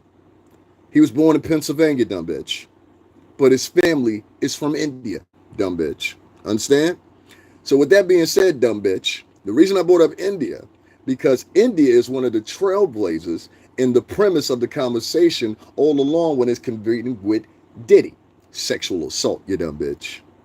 And as I'm sitting here as someone who's speaking against sexual assault, you dumb bitch, your dumb ass, who probably live on the 4th floor of the projects with no baby daddy. How do I know? Because it's 12:45 and you got time to come in here and argue with me. Anyway, that's all the markers of a bitch that ain't got shit going on. Anyway, long story short, Brittany comes in here and she's giving the same diatribe of the old. Brittany couldn't make the connection. I know I'm not very weird, you dumb bitch. You're very stupid. You're a very stupid bitch. And that's what stupid bitches do. Stupid bitches, when they found out to be stupid, they start throwing insults. He's very weird. No, bitch, you're very slow. You're very slow. You're Brittany, yeah. Dumb bitch. I'll say it for you again, Brittany, before I block your dumb ass. Dumb bitch. Because your girlfriends call you a dumb bitch, too. Dumb bitch. Judge Samarinian, that's Anran Samarinian, is from India. He has now said over 6 times that he won't give Diddy bail because he feels that Diddy is a danger to the community, right? Let's keep that there. He's a danger to the community. And I rise up above and say, no, Aaron Samarinian, who was born in Pennsylvania, but your parents are from India. And in the past decades, India has led, amongst a few other countries, has led, you understand what I'm saying, in sexual assaults. Has led to sexual assaults. What I read to y'all was how high the sexual assaults was, including a Spanish man and his wife that were backpacking and they were sleeping in their tent, and she was assaulted by 7 men online. Online. These are tourists to India. Okay? They held a knife to this man's neck and made him watch as they sexually assaulted his wife. And Brittany and King Black, I ain't talking about what you talking about. This is why I tell you, you got to watch these ill-formed, slow-ass, uneducated, ungraduated, non-graduating, dumb niggas, bitches, poor white trash, and so on and so forth as it accords and applies. Brittany is dumb than a motherfucker. If you can't get that correlation, bitch, you're stupid. If you can't get the point, yeah, I'm bombing on bitches. If you can't get the point that what actually I said in the statement and reading those things wasn't to embarrass Judge Samarinian, but was just to bring highlight to a lot of dumb motherfuckers that don't understand. But since people like Brittany and a lot of these other misandrous bitches that be online, they hate men so much. And I keep telling you, all you misandrous hoes, all you toxic hoes, y'all bitches just need to start dating each other. Buy an island, move on to the island, and be like Wonder Woman and the Amazons. That's all you gotta do. Because you like each other more than you like men, especially men of color. Only a white dick will do, right? I hear you. Let's keep going here. You don't have to block me. I'm done with your ignorant and disrespectful men. You say, I can't make this up. Now she's a fucking victim. She hurled the first insult. Now she's a fucking victim. All right, everybody get out the violence. Brittany's a victim now. Hey, ain't that what Cassie did? Yeah, I'm gonna suck a D over here, get some baby on. Hey, what are you doing? Look, Puff's out of town. Come over and hit it. You one of them bitches. I got you. I got you. You see, the first thing she said after I read her comment, what she say? You don't have to block me. I'm done. You're ignorant. No, bitch, you're ignorant and slow and dumb. And that's what you like to project to all men of color online. If it's a man that's saying something that you don't agree with, bitch, first of all, you don't even hold the authority to tell anybody who they are or what they're thinking. You understand what I'm saying? Matter of fact, let's look at your page. Do you have a page? Because bitches like you usually have a page hidden somewhere. You do. You've been here 13 years and got 9 subscribers. Bitch, bye. Bitch, bye. You been here 13 years and got... Don't nobody give a fuck what you got to say, bitch. Don't nobody give a fuck what you got to say. Ah! You don't have to block me. I'm done. You're ignorant and disrespectful men. You definitely could not. You could have handled that better if you was correct, bitch. I don't have to do shit you say. I ain't fucking you. I don't have to respect you, bitch. You can die. I don't give a fuck about you. I don't know you, bitch. You a stranger. And when you start off your conversation firing off, you have no motherfucking control after that how people respond to you. And that's why I talk to bitches like you, like I talk to you, and I talk to the ladies in the most considerate ways. Because bitches like you, loudmouth bitches, see, you the type of bitch that you used to being around men that let you get loud. You understand what I'm saying? You used to being around men that you can control. Let's break it down for real. You used to being around men you can control, you can get loud with. If you start talking, they shut up. I'm not that nigga, bitch. I'm not fucking you. I don't know you. I don't want to know you. I'm not your fucking friend. You understand what I'm saying? You dig me? And you came in this motherfucker being disrespectful. Your comment is still there. So, dumb bitch, at least if you gonna use that as an excuse and you a fucking victim, at least, dumb bitch, erase the comment that you wrote, because everybody in the comment section saw what you wrote. You wrote some disrespectful shit, so I responded to you in a disrespectful way. Has nothing with me being ignorant, bitch. You just heard me reading. Ignorant motherfucker can't read. You understand what I'm saying? Or lack of knowledge, as the definition clearly states. But my point is, an ignorant motherfucker or dumb motherfucker can't read proficiently as I can. An ignorant dumb motherfucker can't come up with the motherfucking comments I come up with. A dumb motherfucker can't come up with the connections I come up with. But you know who can argue against those shits? A dumb motherfucker. Bye, Brittany. And by the way, I hope you and everybody in your motherfucking family fall down and fucking well. Serve your rest. Oh, dumbass bitch.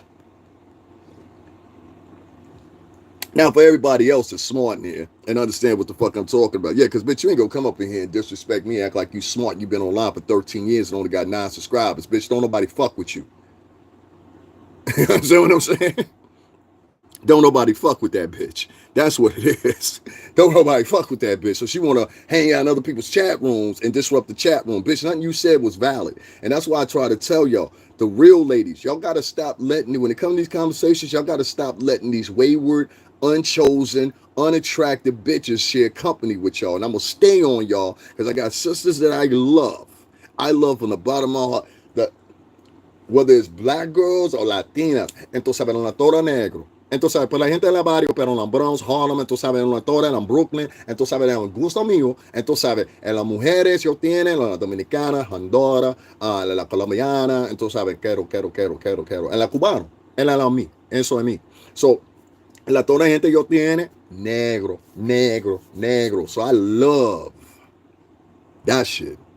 What I don't love is a loudmouth bitch. And y'all keep letting these loudmouth bitches with no motherfucking direction. Y'all won't direct these bitches. Niggas be online talking about, yo, I'm a real man, this, that, and the third, which is really their interpretation because they ain't never had a daddy. So how the fuck can you be a real man? Well, hold that conversation. My point is, these niggas be talking about you a real man, because you demonstrating for other niggas. No, a nigga that's a real man checks their bitches. You ain't gonna find a fucking culture on earth that don't check their bitches. You don't believe me?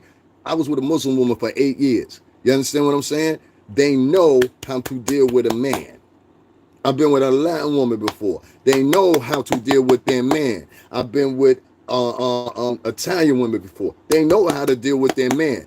You know who don't know how to deal with their man, and it's evident? Black American women, and some Latin women too, and some white women. But in this case, we're talking about them.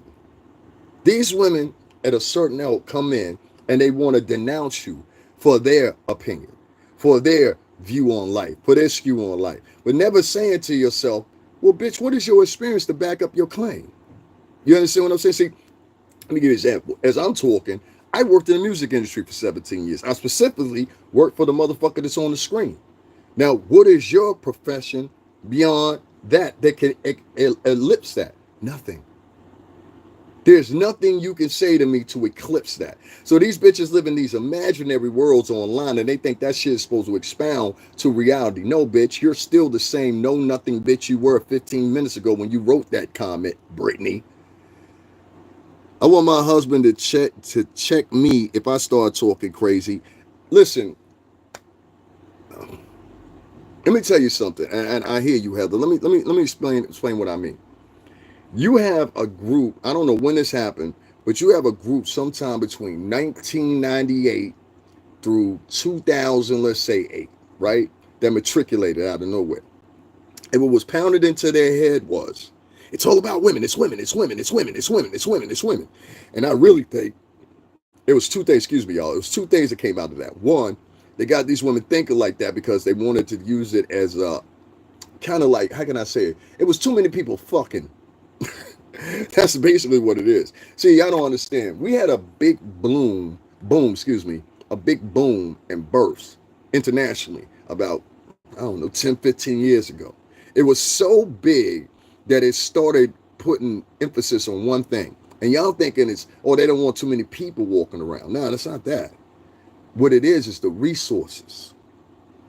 You know, resources, sugar, bananas, cows, meat. The resources are everything. And see, if you have too many people, what happens is you have too many people consuming resources.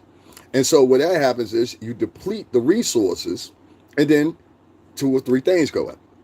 Inflation happens because there's limited supply. So for example, one of the biggest things right now is corn and things like that or whatever. So that is one of the reasons I honestly and truthfully believe that this ideology has been basically blueprinted and packaged into these women. Now, if you go from those birth dates from like 1998 to 2008, 10ish or whatever, you're going to find a specific type of young girl or woman that comes from that background. And usually they're going to have 3 or 4 elements when it comes to dating. One, now they're asking, even if they come from households that only stand for seeing no more than $20,000 a year, they're talking about, I need a man that makes $100,000 or $200,000 a year. Ain't nobody in your motherfucking family, bitch, ever seen $200,000 a year. They only own you. So why the fuck are you asking for a man to make $200,000 a year? And if you make $100,000 a year, at least $70,000 of that is guaranteed to go back into creditors, go back into the motherfucking school loans that you ruined out, go back into your motherfucking livelihood. So really, you're skirting around, maybe bringing in, after all your bills are said and done in a month, you lucky if you got $2,000 left to your name for the whole month. See, I get into the source of a bitch. You ain't gonna fool me. A lot of hoes be like, I make $100,000 a year. How much does your state take out of taxes? Because if it's anywhere between 30 to 35,000, you really making about $45,000 a year.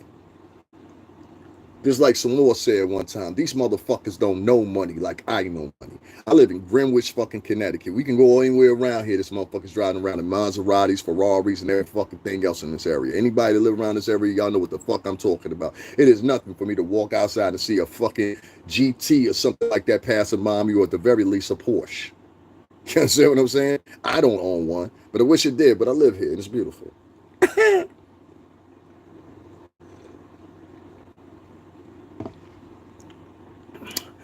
We had a woman come in here named Brittany. Yeah, we're gonna make you a spectacle. You only got 9 followers out of 13 years. I'm gonna make you something special. And women like her that are keeping conversations online going. Brittany has taken us off course. Got my guys. No, I'm not changing direction. That needed to be said. I manifested this shit. Not all. I promise you, my background. First generation born here. My dad's side, black, Jamaican, Cuban, and Native American, indigenous. You are necessary. Salud la gente. Tú sabes español, tú sabes claro. Porque esta gente, el americano, no negro, no gusta mío, tú sabes, pero yo tiene la viene por el corazón, tú sabes, pero mi boca. Esa mi green sangre, tú sabes. Yo soy la negro. Pero la negro americano, ellos son diferentes, porque yo hablo español. Entonces, ¿sabes? Yo no sé, en la mente ahí dice, entonces, ¿sabes? Yo no quiero. Entonces, ¿sabes? Esta puñeta morenas, entonces, ¿sabes? Esta puñeta morena aquí, siempre es buen chinchero, pero no YouTube, pero no Instagram, siempre es buen chinchero, entonces, ¿sabes? Pero no Pop Daddy.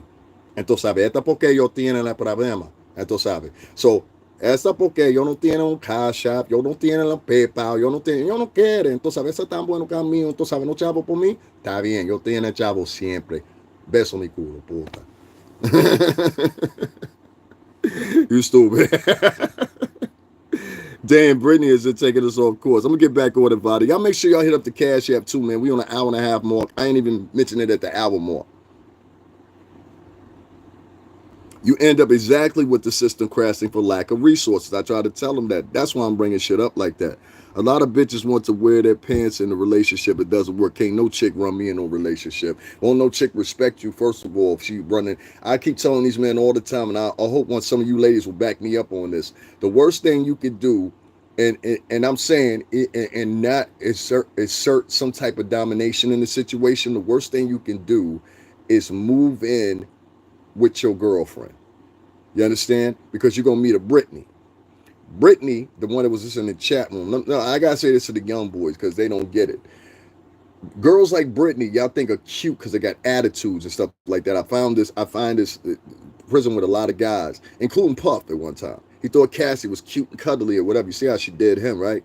But you guys have got to start paying attention to warning signs for some of these girls. Some of these girls do not know how to love a man because they have not been raised around a man.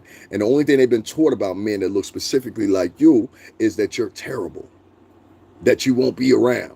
Da da da da. And this is all because her mama went through that. Her mama made wrong choices. Her mama wanted to, fuck the drug dealer with good hair, mess with the drug dealer that had light skin. You understand what I'm saying? So I'm trying to tell you, if you ever want to be in control and have a woman respect you, the best thing you could do is not live with her. All right. And this is from somebody that's been on their own since I was 17. I stayed with a woman 2 times. One time I was in love and I stayed with her, the beautiful Puerto Rican woman. I'll never say anything bad about her. Shout out to Millie. Then the second time was with a Cuban woman. You know what I'm saying? Shout out to Zakia. You know what I'm saying? Who let me stay with her because I had to wait to get a certificate of occupancy, which is basically the state local agency. They have to come in and make sure that the place, the dwelling is livable or whatever. It was a process I had to go through with a mortgage. You understand what I'm saying?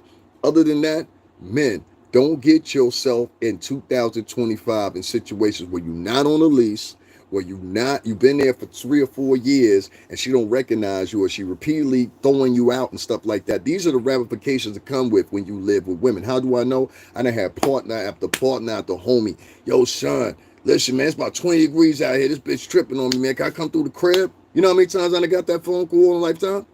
Huh? Because dudes always knew. You can ask anybody to know me. I always lived good. I always lived good. Condos.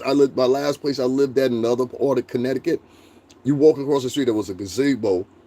There were boats docked all up and down. I've always made a thing about my livelihood, not my cars, not the newest bracelet I bought. No. Location is everything. You know who taught me that? My mother. My mother taught me that, and it always stuck with me. Make sure you live in if you can't go to that neighborhood at the end of the night and not have to look over your shoulder or worry about somebody or something like that, you shouldn't be there. And she always told us that shit. Even if you're married, it's different. If you're married, y'all already came to y'all conclusions of what y'all will accept and won't accept. I'm telling this to men that are frivolously going out here, they're meeting girls for 3 or 4 weeks. See, some men, let me keep it real with you. Some niggas, and this is a problem because their mamas teach them this, they're single mamas. Y'all ready? Some of these single moms, they coddle these boys.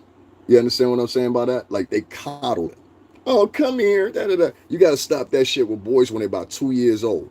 Because if you don't, what you're going to end up with is a punk or a sissy. Now, I'm going to tell you what I mean by that. If you got a little boy that's crying all the time and shit, and you got women around him all the time that's coddling him while he's crying, oh, you'll be okay. Da, da, da, da. That's a future emotional punk. Now, that future emotional punk going to be out here in about 10 or 15 years, right? And he's going to be dating your daughter. Or if you're young enough, he might be dating you. And all the time you being like, oh, these niggas ain't shit. These niggas is whack. Da, da, da, da, da. Nah, his mama that reared and raised that motherfucker is all those names that you're calling him.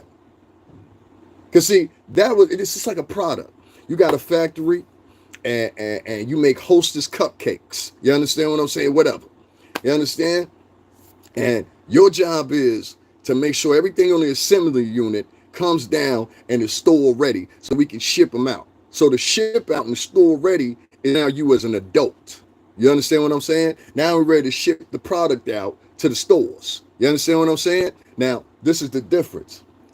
If there's one inconsistency on that conveyor belt all the way down to packaging, it's always going to be, even if you open the package, even if it's sitting on the shelf, it's always going to reveal itself. So, for example, if you made one of the cupcakes and on that batch, you put a third less sugar than the rest of the cupcakes. Well, you know what? Now them cupcakes going to taste different from the original cupcakes that's supposed to be on the assembly line going down.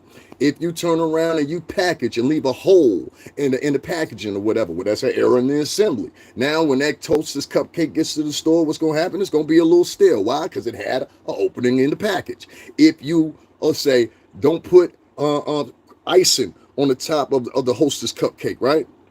But now some people ain't going to want to buy it because all the other Hostess cupcakes, they got white icing on the top of it.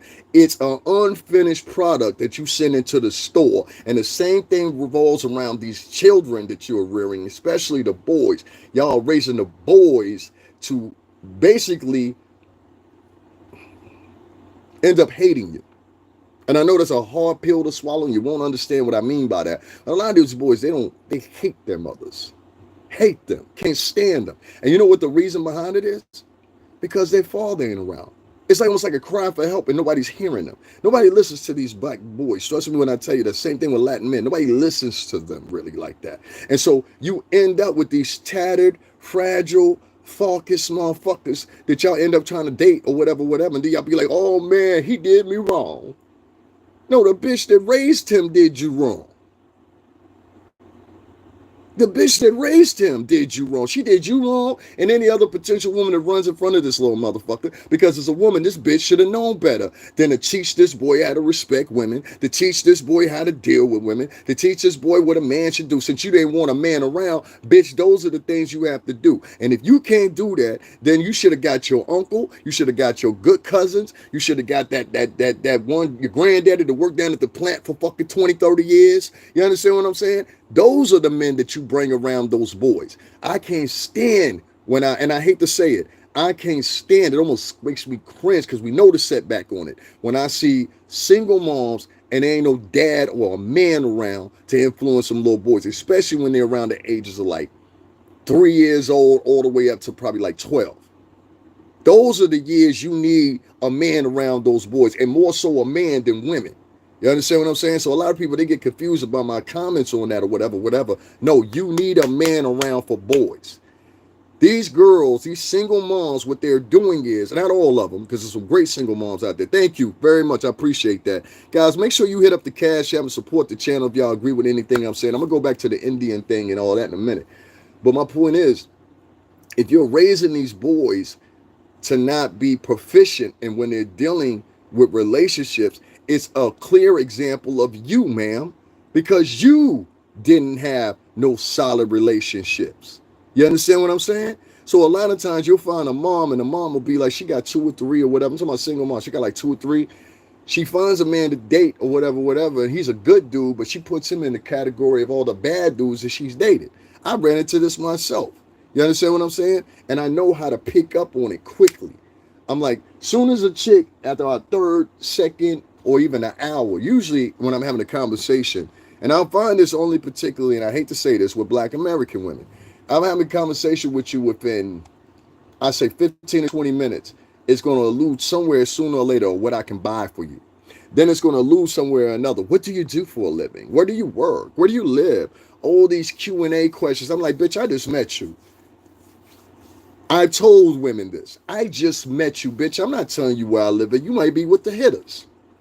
You might be with the stick-up boys. Don't you ever tell no bitch what you do for a living or where you work at if she asks you. Instead, boys, walk the fuck off. That's a bitch that ain't self-sufficient. She looking for somebody to help her. See, we don't never had a conversation about bum bitches. Cassie was a bum bitch if you really want to think about it. You understand what I'm saying, bitch? You had to get 20 million out of Diddy and 10 million out of the tape. You ain't had shit after that. Before then, you was living with Alex Fine. You was living with Alex Fine at your mama's house out here in Connecticut. And I say you wasn't. Oh, California. Where one day at? Huh? Say you was. No, you was in Connecticut. That's what the report said. You was in Connecticut. You ain't had no money, right? So you came back home. I'm coming home. Sound like a Diddy song. I'm coming home. No, that was, I forgot. I'm sorry. That was Don Richard. Oh, God. I hope you never get no fucking work again, you fucking bitch. I'm going to tell you why I say that. We promoted her album, Diddy Dirty Money as a whole. I hope that bitch never gets no work no more. I hope nobody wants to fuck with her ever again. You understand what I'm saying? Because you see what that bitch would do for you. I got you, Your Honor. Oh, snitch ass motherfuckers. I don't give a fuck what year it is. Nigga, you a snitch. Same thing with you, kid Muddy. You a fucking snitch too, you bitch. Y'all remember these bitch ass niggas in the future and what they did. Only fuck with women that I was raised by her dad. You better, Joshua. See, my ex was raised by her father. That's how I know this shit. You understand what I'm saying? There's a difference between women that don't come up with men or don't respect men acting a certain way. Women that have control in their households and the man is a simp, they act in the same similar way. So you can tell it from a mile away. You understand? So I don't take it when you get chicks out here, and I'm gonna conclude this in a minute. Let me see if anybody hit the cash app, but you see this sooner or later when you start investigating the problems in dating. And the reason I'm saying all this because it does correlate with Puff. Because I know the style in which Puff was doing it. And I'm going to break something down. Ain't nobody ever told y'all this before. I'm going to tell y'all a secret about Puff that y'all don't know in New York City. We have a thing in New York, right? And I've seen this done before, and it particularly happens in Jersey, New York, and Connecticut. It happens in all three. But it particularly happened in the boroughs of Brooklyn and Harlem. And if you're in Brooklyn and Harlem, you know exactly what the fuck I'm talking about. So don't sit here in front, male or female. You done seen this happen to females if you're a female while you was coming up. Let me explain to y'all. Y'all hear about Puff, and he got Cassie out here, and he doing this with her, got her doing this, right? And that's how y'all interpret it. Y'all hear, oh, he got Daphne out here, and she doing this, she doing that. That's how y'all interpret it. Y'all hear he got G out here, she out here doing the GSC or whatever her name was, and she doing this and she doing that. That's how y'all interpret it, right? But here in New York, we know better. And that's just why it ended up the way it did. And I told y'all this from the beginning. Even when that little light-skinned gal was out there, she was just swearing up and down she had the answers, right? Y'all still ain't called that bitch out and said, bitch, you was wrong.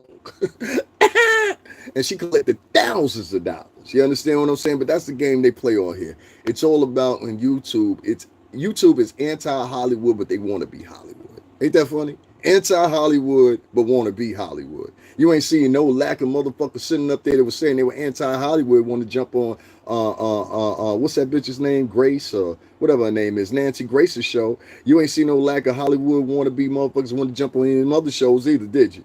I told you, these niggas play anti-Hollywood, but in reality, they want to be Hollywood. It's fucking hilarious. I'll read your shit in a minute, Demetrius. Demetrius, you wrote a lot of comments. Make sure you have the cash app, man. I know you won't. You know what I'm saying? But I just make sure I say that. Everybody else, if you don't have cash app, make sure you have the PayPal, the Venmo. You can find that in the description area. I talk this good shit. Everybody come in here and tell me they support me or whatever, but the financials are not adding up. So I like to carry on these conversations for 2, 3, 4 hours if I could, but I can't, unfortunately, if there ain't no support coming in, because there's other things I could be doing in that 4 hours. You dig me? That will make money. So, you know what I'm saying? Unfortunately, that's how I have to be. So if I don't see somebody donate within the next 20, we're going to have to log off or whatever. But I do want to leave y'all with this, though, if in case we have to. You have a trick that men used to run. It's an old school trick, and I'm sure Gene Dill know what I'm talking about here. You love me? Yeah, I love you, Daddy. You love me? For real? Yeah, I love you, Daddy. All right, go fuck that nigga. Where New York at? You love me? Yeah, I love you. All right, go fuck that nigga. Now you thinking to yourself, you like, that's something really crass to say, Davin. No. Y'all don't understand the game, how we move. Once I say, go fuck that nigga, and you go fuck that nigga, bitch, there is no love. I can care about you, but I can never respect a bitch that fuck a nigga in front of me. And that's what she failed. That's what she failed to realize. Had Cassie said no the first time he requested that, that picture you see right there would still be going on. I guarantee. And it's the same thing with Gia. It's the same thing with the Daphne chick. All of them. That's New York shit. You love me? Yeah. See, unlike many of y'all, I worked for a music mogul, which is on the screen, for 17 years. I worked for Puff for 17 years. Most people on the internet know that. That's why I don't even announce it no more. I got pictures, video, and everything else through the decades. The 2 decades I was there to prove the point. Shout out to the 17 people that logged off and they ignorant asses. My point is, those are the real ignorant motherfuckers. The motherfuckers that call people ignorant, I don't have to call people names unless they call me names. I don't threaten nobody unless they threaten me. You ever notice that about me? Pay attention to decorum. So anyway, long story short here, I tell you, I said, go fuck that nigga, whatever, right? And California niggas know what I'm talking about too. So if you from Cali, shut the fuck up, because you know exactly what I'm talking about. I tell you to go bump off a nigga, and this is the motherfucking elk in which all 3 of these girls are in. They wasn't coerced. They did it voluntarily. On the stand, they said they did it voluntarily. And they all had the same excuse. I just wanted to please him because I know what he said to you. You love me? Yeah. All right, go fuck that nigga.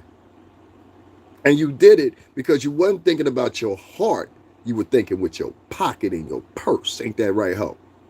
And a self motherfucking example of that shit is you went to 2 sources to get $20 million and $10 million. And for any host in there here talking about, well, she deserved that money. No, that bitch was a bust down. She got paid for her motherfucking times. Just like your motherfucking ass. And a lot of you hoes sitting up here acting like you don't know what the fuck I'm talking about. How many of you hoes this month said, hey, I'm going to have to call Charles again, this motherfucking light bill. Charles, come on over. Hoes been doing this shit for decades and nobody want to talk about it. You ain't never heard that shit? Mama, that man out there in that car again for you. Mama, that man at the door. Oh, that's Mr. Charles. That's how you go get your Christmas gifts, baby. Mr. Charles go up here in the back for about 20 minutes. Next thing you know, you having a great motherfucking Christmas. See what I'm saying? Now, that wasn't Mama to pay for that. That was Mr. Charles. Y'all remember the movie motherfucking Minister Society? Huh? One of our greatest actresses. And I do mean that shit. Huh? Jada Pinkett Smith starred in that movie. And what did she do at the beginning of it? Huh? I really need to get this money, Carl. Well, what you willing to do for it? She busted down. I don't know why nobody ever uses that scene as an example of what I'm talking about. Hoes been doing this shit for decades. She just got a bigger piece of the pie than the rest of the hoes. So really what some of these hoes are celebrating is not that Cassie was abused, or not that Cassie was this, that, and under the third. What they're celebrating is how this bitch get, or what they're upset rather about is how this bitch get more money, and I've been busting down chicks for 20 years on this motherfucker. I'm in a bind, Nate. Hey, you know how many bitches I done seen her say that shit?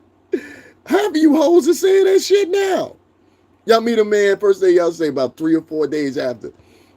Well, you know, everybody ain't able to do it. Let me do it right. Everybody ain't able to do it. And you know, this damn light bill and these bills, they just got me all like a click. I don't know what I'm going to do. I don't give my money until another week. These kids up here hungry. Click. I don't know what I'm going to do. I got this bill I got to pay and this insurance due. I got to take my kids to jail. Click. Y'all don't do that. So what are we talking about? We talking about, okay, so there's a difference between high stakes hoeing and low tier hoeing. Is that what y'all telling me? Y'all like, I got hoeing out. What is the pedestals of hoeing nowadays? Like, can somebody help me out? Huh? Y'all accept somebody like Sexy Red coming out with gonorrhea and STD labeled cosmetics for your kids, for young girls. but y'all upset with Diddy. Make it make sense, man. Make it make sense that you have to now keep on continuing lies that you started before he went on trial and keep those lies. He still messed with some kids. No, he didn't, bitch. It wasn't even brought up. Even the prosecutor that got fired even said that shit. Selling cat is the oldest profession. May I bring up Mary motherfucking Magdalene, and she was held in highest regard with Jesus. Huh? Pimpin' been pimping since pimpin' been pimping, man. You understand what I'm saying? Pimpin' been pimping since pimpin' been pimping. You understand? The fuck we talking about?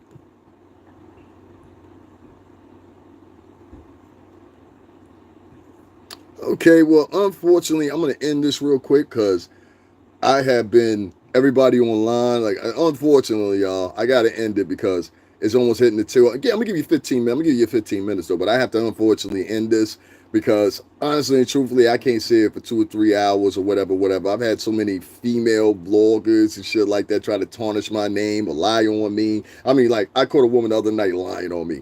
What they want me to do is they want me to stop vlogging. And they want to do it. They want me to do it because they see that nobody's supporting me financially. So they think that that's going to stop me from vlogging. It's not going to stop me from vlogging. You understand what I'm saying? It just makes me more callous and cold, if you want to say. And I just know, okay, you're by yourself on this one, at least when it comes to shit like this. So once you see that you got 30,000 followers, you just gained 1,000 more subscribers this month. And now one of these motherfuckers got $5, $10, $15 to give to you. And then you turn around and you say, okay, well, I'm doing more work than some of these other vloggers. And the funny thing is, whether I say it in a nice way, whether I say it in an articulate way, whatever I say, it's not going to surmise with the bulk of black community because it is what it is. I know what I said, and the ears that do need to hear it are going to hear it. You understand what I'm saying? And that's all that matters to me. So for the black community, listen, you ain't got to like me. All right, I'm being honest with you. You ain't got to like me. For the women, you ain't got to like me. It's cool. You understand what I'm saying? We have established that. Y'all don't like me. I ain't got nearly as much hate to y'all, but y'all don't like me. That's cool. But I'm going to continue saying what the fuck I say about you bitches and you hoes and separate y'all from the women. Because the women are not getting a fair shake, and these women deserve to be married, etc., etc., etc. That's the way I feel. So one of these days, y'all might get that, y'all might not get that. What I tell people all the time, just go back and look at my old shit, and you'll see, or whatever. But please make no mistake about it. I know who I am, and one of the things I do know is when it comes to black Americans, I am not backed or supported. All right, and you got to take this in contention. And for all you black Latinos, or if you want to say like that, or black Americans, whatever, the men, make sure you pay attention to that. All right. A lot of these people get online and they talk. But you saw the example the other night with Dr. Umar. Then they gave Umar, then it, I don't know. To me, I always say this, and I always end up like my last 10 or 15 minutes. I can say whatever the fuck I want to say after that because nobody supported me. And I feel like I've given some great information, some great things. And some of these people, they're podcasters themselves or subscribers. So they'll take your ideas that they got for free and then run over to other podcasts and act like or regurgitate it like it's theirs. This is a hustle that these folks do. So I'm in a bond. Yeah, especially the women. So I don't really worry about it anymore. I've had numerous black American women that have been online. I have to say it how it is. That have been online, including when I caught the night before last, and I talked to my audience about it. They didn't even care. So that's how I know. You understand what I'm saying? One, most of my audience is fucking fake. Right? That's for one. You know what I'm saying? Two, evidently they're very stipulate to only donating to women, and that's why I saw with Omar Johnson. You understand what I'm saying? Omar Johnson has collected over $12 million. The other one, what's his name? Tariq Nasheed, Boyce Watkins. A lot of these guys, that Vicky Dillard con artist bitch. I don't know why nobody sees that. But you're in a culture with 72% in African American culture, 72% of them are born to single moms. You understand what I'm saying? So these men, as well as the women, adore women before any man. And if you deviate from any conversation that they don't agree with, they're going to bash you. And that's what happened with me. And all along, it seems like I was the one that was right, and all the other ones that had loud mouths thought Puff was going to jail and for a long time, or whatever was going to happen, or he's going to get fed up. Y'all were wrong, and they're still getting adorned. They're still collecting cash apps. They're still being held up or whatever. They have their picks of who they want to hold up, and usually it's somebody that has a couple attributes. One, they love LGBTQ men, but only if you're an LGBTQ man that's a yes man. That's what I've noticed. They love LGBTQ men. And I'm going to give you an example. I know one blogger right now that I had a chance to meet in person. He's not a yes man, meaning he doesn't do what the crowd wants him to do, but he's part of that community. You understand what I'm saying? Now, I didn't see no shice ball in him when I ran into him. You understand what I'm saying? And maybe I'm wrong. You know what I'm saying? But I don't think I am. You understand? So it's a toxic form of guys that's over there in the LBG community. Then you match them up with toxic black females or whatever, and you got a hodgepodge of fuckery. So what they do is they get together in these little panels or in the community sections or in their live streams, and they talk about individuals. I've caught dozens of people talking about people, especially on their panels or whatever. And what they do is they give people a derogatory view of who this person is. They use that, and they now get held in regard as being some helm of some great propriety or something like that. You understand what I'm saying? When in reality, they're just a piece of shit. See, let me tell you something. I used to be on the block, beeper, all that shit, right? Let me give you an example. And any nigga that ever been on the block know that type of behavior right there, a nigga really would put one in you. You understand what I'm saying? Like, if I heard you was going around, you was talking about, yo, you're proud of fuck up, son. Come fuck with me. I'm going to do something to you. In the streets. You understand what I'm saying? This is why I tell you the streets is different. This digital shit is different from real life. If you told somebody I had bad product, I'm on the block and I just read up, I'm coming to get you. You understand what I'm saying? In that world. Not saying in real life, in that world. But on here online, people think there's no repercussions, because what they'll do is they'll go cry to Daddy YouTube. Well, there's a whole bunch of motherfuckers that sit up here, they talk about pro-black this and the pro-black that, and go cry to Daddy YouTube. Daddy YouTube, they talking about me, Daddy YouTube. Can you help me out, Daddy YouTube? Fucking slave motherfuckers. Anyway, yeah, that's a true slave right there. You know what I'm saying? Be sitting in the field with everybody else chilling, act like you one of us, nigga, and then you run up and Daddy YouTube. They out there, they trying to run from the plantation again. How many this time, Steven? 2. Ass motherfucker. You know what I'm saying? But it's all good, baby. We gonna survive. I'm gonna keep it real with y'all. I'm gonna have to partner up with the white man like I did. You know what I'm saying? We gonna push out more motherfucking material. That white man being motherfucking Google. I have to depend on them. I have no support system financially on YouTube, and I'm cool with that. It's taught me a lot. It means that I know now when it comes to the black and Latin community, you can't depend on them for nothing. Now, if you me, you understand what I'm saying? Now, women can. Oh, they'll raise $40,000 for a bitch that says she got hit with a brick and got arrested later. Mind you, she went to Jamaica before she turned herself in. Black women was cool with that. Mind you, the 13K bitches that was shown now 2 times to get breached on the T-app. Nah, let's let that pass. The shit is right in front of your face. And if you don't get it, like, they got mad at me before with this. I said, you know, bulk of black women don't like black dudes. I don't care what nobody says. The bulk of black women do not like black dudes. They don't like you physically. They don't like you emotionally. They don't like you in relationship. They don't like you. They'd rather have a light-skinned baby. Y'all didn't believe me. And then boom, we got this T-app breach to prove my fucking point. There's tons of examples out there to prove my point. There's bitches online right now that trying to teach you how to sprinkle how to get a white man. You know, there's a bitch who wrote a whole book about that. These bitches don't like you. So if you tell me some black women don't want to donate any money to me, it is fine, bro. I already know, bitch, you don't like me anyway. You understand what I'm saying? But remember that. If you're ever getting attacked, remember that. If somebody's trying to rob you at 3 o'clock in the morning, remember you don't like me. If you short for some money at the store, remember you don't like me. If you late for your bill this month, remember if you won't like me. When you got that little collection plate out talking about everybody can't do it. We just had somebody pass away in the family. Fuck them. Fuck them. Fuck you and them. That's my attitude. You understand? I'm going to treat y'all motherfuckers the same way you treated me. Other than that, this is business at this point. You understand what I'm saying? And my business ain't with y'all, evidently. My business is with Google now. So we're going to do it like that. You understand what I'm saying? Let's get these Google finances up. You ain't gonna get no money fucking with them nigga pennies anyway. The average motherfucker donate. I had a bitch donate $2 to me yesterday. I blocked that bitch. You know why I blocked it and people got mad at me? They was like, why did you block her? At least she donated. That bitch, if a nigga donate $2 to you, they trying to call you a $2 hoe. You understand what I'm saying? Nah, bitch, we ain't going live. I don't know you. I don't want to motherfucking do no lives with you. Bitch, die. Just like I said before.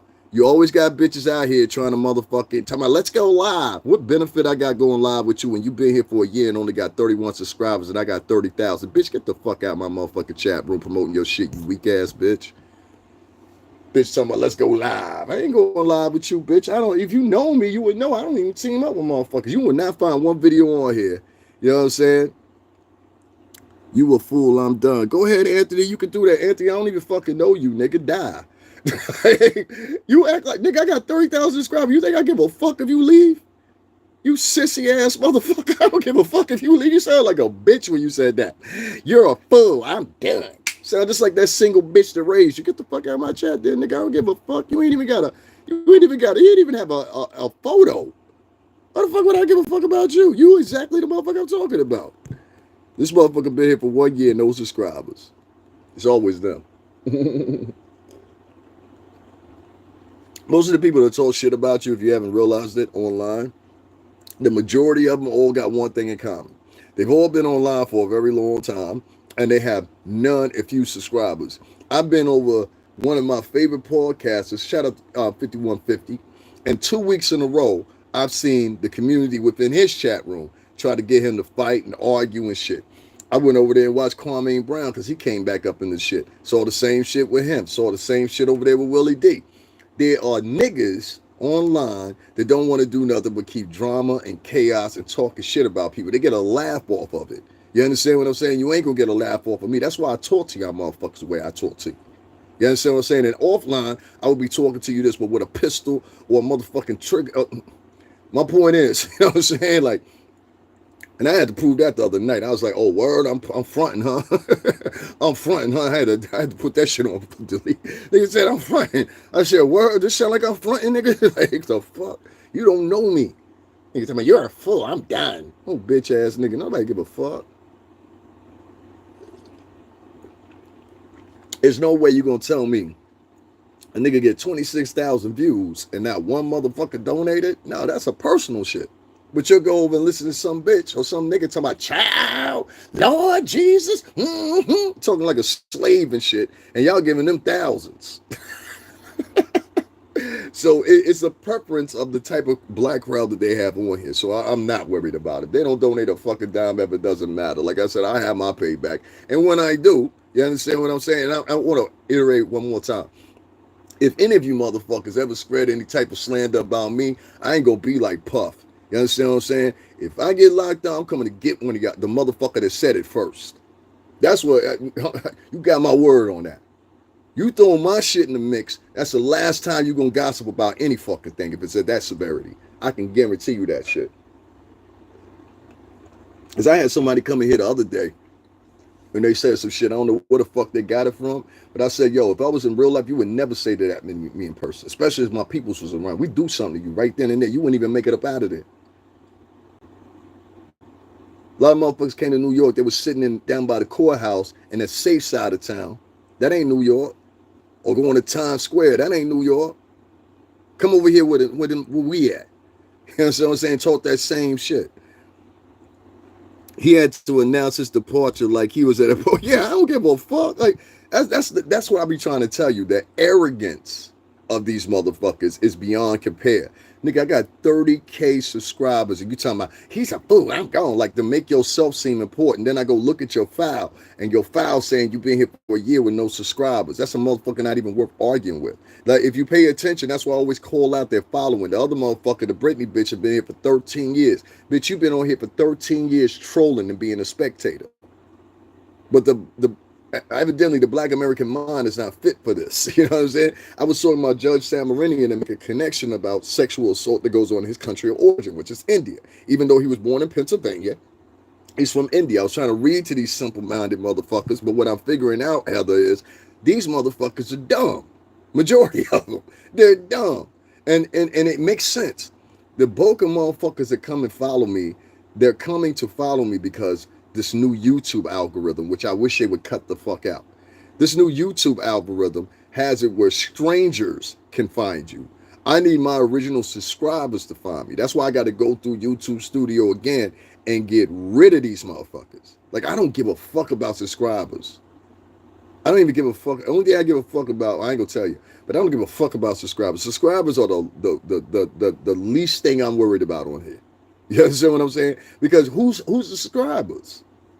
For example, you got 30,000 subscribers, right? I ended the podcast yesterday, had 26,000 people in it by the time I was done. Okay? 26,000 people. That's how many views it had by the time I was done. I had the one day before that, had 24,000. The day before that had 17,000. All right, so I'm matching the hue damn near at a proficiency of 90% of my viewership. You understand what I'm saying? Which is 30K. All right? So if I got 24,000, that's damn near the aspect to say, what is that, like 92%? And you trying to tell me nobody's donating support, nobody's hitting the like button or whatever? No, these motherfuckers that are subscribed to me are professional haters and strangers. That's who they are. And so they'll frequent your podcast or whatever. This is a new hustle now. The niggas that don't like you, they'll follow you. I'm trying to tell you, half of African Americans got a fucking mental problem, dog. Trust me, and Latinos too. But half of Black Americans, I really think you can feed them anything if it comes from a woman. Next thing they'll be telling you, I made Medusa. You understand what I'm saying? So that's a chatty patty, how can I say it? Conspiracy theory culture now. You understand what I'm saying? Led in abundance by women. The men don't even have no power in that culture. So that's why it makes no sense to even partner with any man of color nowadays that are strangers. Because a pure simple fact, if they grew up between 98 and 2006 and they were born in those eras, their whole thing is about women. They worship women. I'm trying to tell you, they worship women. The Romans did it at one time, and it caused the fall of the society. It'll do the same thing with Black American men. They will fall. These bitches, some of these bitches are trying to kill them. And they still like, who the sisters? When the last time you heard one of these bitches call you that brother? Answer me that. When the last time you heard one of these bitches open up a conversation anywhere online, they say, well, my brothers. Anybody? Anybody? No? Scared of conversation? I get it. Don't worry about it. Most niggas are. Niggas deal in fantasy, not reality. That's another thing I've learned about being on here. Niggas nowadays deal in fantasy, lies, skirmer, salaciousism, drama, trauma. You go to half of these girls that are vlogging, they either talking about somebody else and trying to project themselves like their life is perfect. You ask them to dig into what they've been doing for the past couple of years. They can't tell you. You ask them, hey, when's the last time you bent over and got busted down in the bathroom after the club? They can't tell you. A lot of these hoes that's online is just that, hoes with loud voices. If you don't believe me, next time you get the bitches that's talking the most, especially when it come to Diddy, ask some bitches if they virgins. Ask her if she's a virgin. And then ask her, what's the nastiest thing you did sexually? And see if she'll answer you. Then you'll get into the reality and the cusp of these nigga bitches and niggas that they raised. You'll never get a king or a greeting from a black. I have not heard. They refer to every black dude as my nigga, this nigga, niggas. They don't even respect you. So that's why, like, it is no big deal to me. And I have to reiterate that because people come into these conversations and they try to typecast it the way they want to. Like somebody came in earlier. I said 3 times on this broadcast, and this is shit that pisses me off. If you're not going to donate, that's fine. But quit trying to come into my chat room and encourage other people not to support the channel. This is why we don't travel nowhere no more. I'm sorry, guys. We can't. I'm not spending my money on you guys. You guys won't even hit the fucking like button. At one point today, I had 400 people in this chat room, and they would not hit the like button. Because they're haters. They're strangers. They're people I don't know. And I have a list of people when my shit was at, 24K, I say? I knew those people. YouTube changed the algorithm. And now you just flip through and there's a whole bunch of weirdo strangers and shit like that. I don't like the way this shit is set up. And that's why I said I'm going to try to find a website where you can get your subscribers in. I'm not going through creating an email list and all that silly shit or whatever. I'm not doing nothing. I'm saying, but to sit down and do a podcast and you got 26,000 people that have visited that channel and nobody donates to you, but they a few more than enough will hit the like button, more than enough are inside commenting towards you or whatever, whatever. That's why I said from now on, I think when I do these lives too, I'm gonna turn the comment section off. That way, it ain't none of that fake love. I don't like fake love. You understand what I'm saying? But niggas have seen me here for 2 weeks talking about, yo, hit the cash app. I lost my phone. I got a lot to cover. You understand what I'm saying? You're not my brother unless you donate. You're not my brother unless you hit the like button. We're not brothers just because we share the same color skin. I hate that shit. Now, we're not brothers because we share the same color skin. These people in totality have showed me that. Sorry, my friend. Sorry. I don't do that brother shit. They want to call you brother. Your brother's in need. You understand what I'm saying? I was with a Muslim woman for 8 years. I know what brothers are. You're not a brother. You're just somebody that got the same skin color. That's the only thing we share in common. Same skin color. Yeah, to announce his departure. Nah, I'm not. I'm going to get more into, he said keep that ghost shit going. Now, I'm going to start keeping my ideologies to myself. That's like I've been doing. Niggas want, one thing you could be sure of, black people always want something for free. That's one stereotype that's totally true. They always want something for free. You know what I'm saying? The Spanish people too. But black people and Latin people, they run that shit. They always want something for free. And so you're not going to get it from me for free, and I'm smarter than these goofball bitches y'all listening to. Y'all still giving money to a bitch that was completely wrong about the Diddy trial. Y'all still giving money to a nigga that was completely wrong about the Diddy trial, but y'all want to give him money because he makes y'all feel good. Oh, man, I can get into that one. That's a whole different conversation. Oh, I just got off child support and backstabbed by my own bloodline. Well, take it back, dude. Well, I'll take it back, dude. Oh, I just got off child support and backstabbed by my own bloodline. Yeah. You should move on, man. You should move on. That would be my suggestion. Who want to stay around people like that? You know what I mean? Like, I'm a firm believer. Fuck them kids. Fuck them kids. For real. Sometimes you're in a better situation than that. Fuck them kids. You know what I'm saying? I just called you brother out of respect. The hell with you. Oh, okay, that's cool, man. And let me tell you something, man. The hell with you, your fucking kid. Fuck your family, and I understand why they fucked you over. Find a hole and jump through it, bitch. How about that? Then a nigga want to get smart. I don't give a fuck what's going on in your life, nigga. I got shit going on in my life. I don't give a fuck about your life. And I try to be nice to them. See what I mean? They're sensitive. They're emotional. Nobody wants to be around. Imagine, like, nah. I'm good. I'm good. Y'all keep that shit. If that's what I got to go through, I got to be fake and phony to get donations. Nah, I'm good. I'm good. So I figured I would get it another week. Now, what I got to do now is, unfortunately, for people like Heather and a few others, y'all see how African Americans, especially the women, feel about me. And you notice that every comment that comes in is always some emotional shit, some sissy shit, or coming in calling me brother. I'm not your motherfucking brother, and you just showed your true colors. You notice that I said, please don't call me brother. What did he do after that? What did he do after that? Well, you showed your true self. That's who you really are. That's why I would get on here projecting motherfucking fake shit.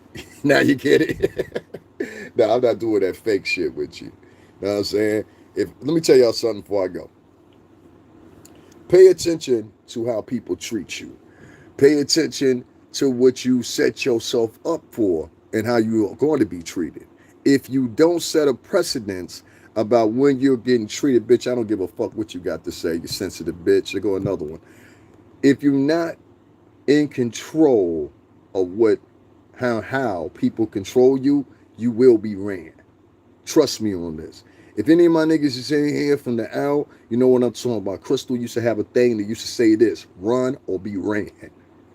You ain't gonna run me, nigga. I done ran niggas. So you definitely not gonna run me.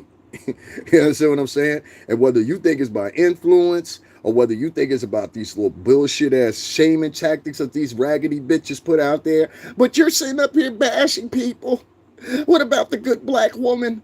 You bitches wearing 13K in the numbers over there at the T-app talking shit about niggas, making up lies about niggas. Bitch, I have no empathy for you. Fuck you, bitch, and any bitch like you.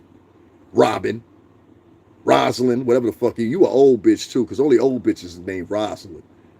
That's like, hey, Rosalind, you was an old bitch. So you bashing and talking down to people, but at the same time asking for money. Let me get in here. Let me get in here and shame him. He asking for money. Bitch, do you not hear English? You stupid, slow motherfucker. Listen, Rosalind, you old bitch. No, I said you could keep that shit. You understand now, Rosalind? You can keep that shit. All right, Rosalind? You old bitch. Talking about some weed.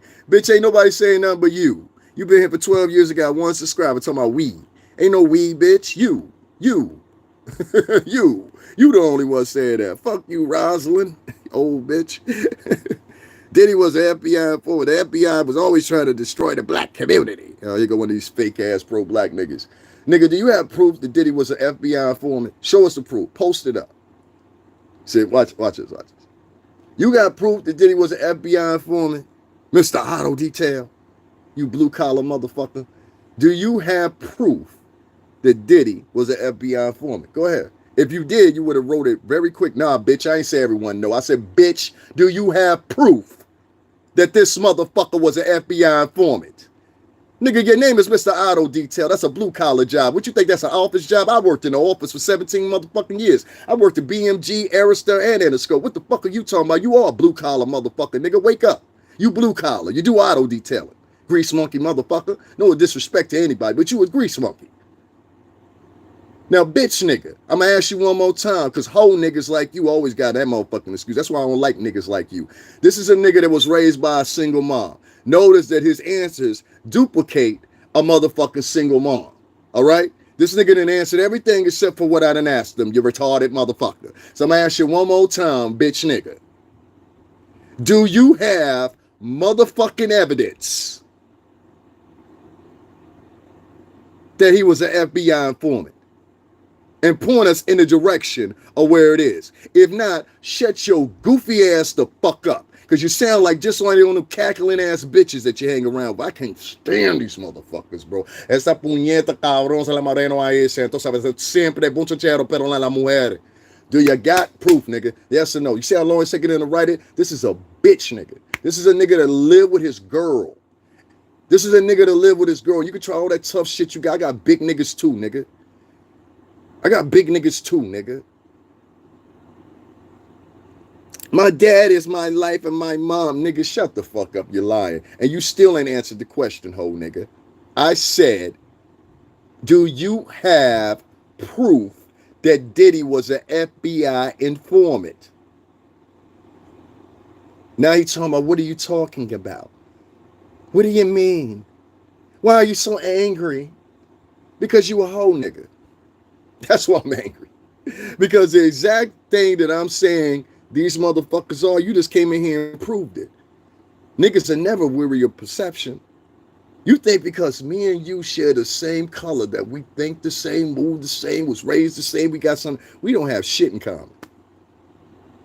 We don't have a motherfucking thing in common. You understand me? And I don't give a fuck about you. So what I'm asking you is, why won't your bitch ass, after 9 comments you done wrote, answer the first question that I asked you? And this proves to me you've been raised by a bitch, because that's how bitches do. Bitches will avoid the comment. Bitches will sit there and act like you didn't say anything to them, or they'll try to remix the shit and throw you something else back. No, bitch, nigga, I asked you, do you have proof that Diddy was an FBI informant? And still, you ain't answered that. You didn't answer everything else except for that. You see how these motherfuckers are? Get this whole ass nigga up out of here. Get this whole ass nigga up out of here. Don't no man ask the other nigga why they mad either. Hoe ass nigga. Folks just say things and you're holding them accountable for what they say. Exactly. He's sitting in here talking about he say, she say. Now y'all getting what I'm saying. There are motherfuckers online that are continuing these conversations talking about Puff was an informant. Nothing came out about that. Puff fuck with kids. Nothing came out about that. Even Maureen Coney made an announcement and said we found nothing that one motherfucker suggests that. But you got vloggers and their subscribers that are so caught up in these conspiracy theories and shit like that, it has made black Americans into fucking nuts. That's why I'm not upset if they subscribe to me. I'm not upset if they support me. Matter of fact, go fuck on about your business. Because outside of trying to siphon what you can get off of me, You understand what I'm saying? You are no contribution to me. What you think? Your motherfucking subscription is a big deal to me? Nigga, fuck your subscription. There's 30,000 more y'all motherfuckers. This is a big international community now. I don't give a fuck about losing a one of your motherfuckers except for Amadel, Net, who else? The old gal, Heather, Sparkle, and I can name maybe 15 more. It's probably 15 to 20 motherfuckers that follow me that I'm worried about losing. Other than that, I don't give a fuck what you do. Like that bitch ass nigga came in here early. I'm signing out. Nigga, I got 30,000 people. I got 400 at the time. You said I had 300 people in the chat room. Don't nobody give a fuck. You did. You said that shit for you. You said that shit for you. So if you start paying attention to the behavior of these black subscribers and black podcasters and how they continue to lie on pup to make money or whatever, and a lot of these motherfuckers, like I said, you're going to have some issues on your hand very shortly, especially one particular woman who better ante up because it's coming. And like I said, it's out of my control. You should have stopped when you was ahead. And I told you, I said, yo, right now, I'm going to give you I'm going to give you the second chance because I was told for you to back out. You still wanted to continue. You said, nah, I'm down here with this nigga, the nigga that, nobody's fucking with in the music industry right now. I'm down here with this nigga. So that's your own setback. Davin Lewis ain't got nothing to do with that. Make sure you're doing the right. Well, I mean, kind of, but not really. I ain't no niggas you on your own. You'll see. And then I told you, bitch. You know what I'm saying? Because I told her. You know what I'm saying? Anyway, long story short, man, you know what I mean? Now, I'm not worried about that. I'm not like this for audiences that are here that are not African American. The women in African American culture basically run African American culture. Everything they do or they say or whatever, they get a response from the men. And no matter if it's irresponsible or whatever, these men at a 72% rate have been raised by these women. So all their whole entire life, they have always adhered to women. Now, as adult men, and they try to pounce their chests out as if they're men just because they pay for some light bill, or they pay for their bitch's car, or they pay for the, whatever, the mortgage or whatever. They just type themselves as real men. But in the skew of men, they can't even compare, most of them. You understand what I'm saying? So basically what they try to do is they try to give you their single mom raised interpretation of what they've seen on TV as a man. And it's incorrect. So for me, I found doing this Diddy trial and everything else, the real resonance around black American people. And it's not very good. They're definitely anti-male. There's a big rhetoric that goes on that's anti-male. A lot of this uptick that you're seeing nowadays with a lot of these people online, like that situation that happened in Cincinnati, Ohio. I heard about that, and it was extended tape with the white guy that got beat up. You know what I'm saying?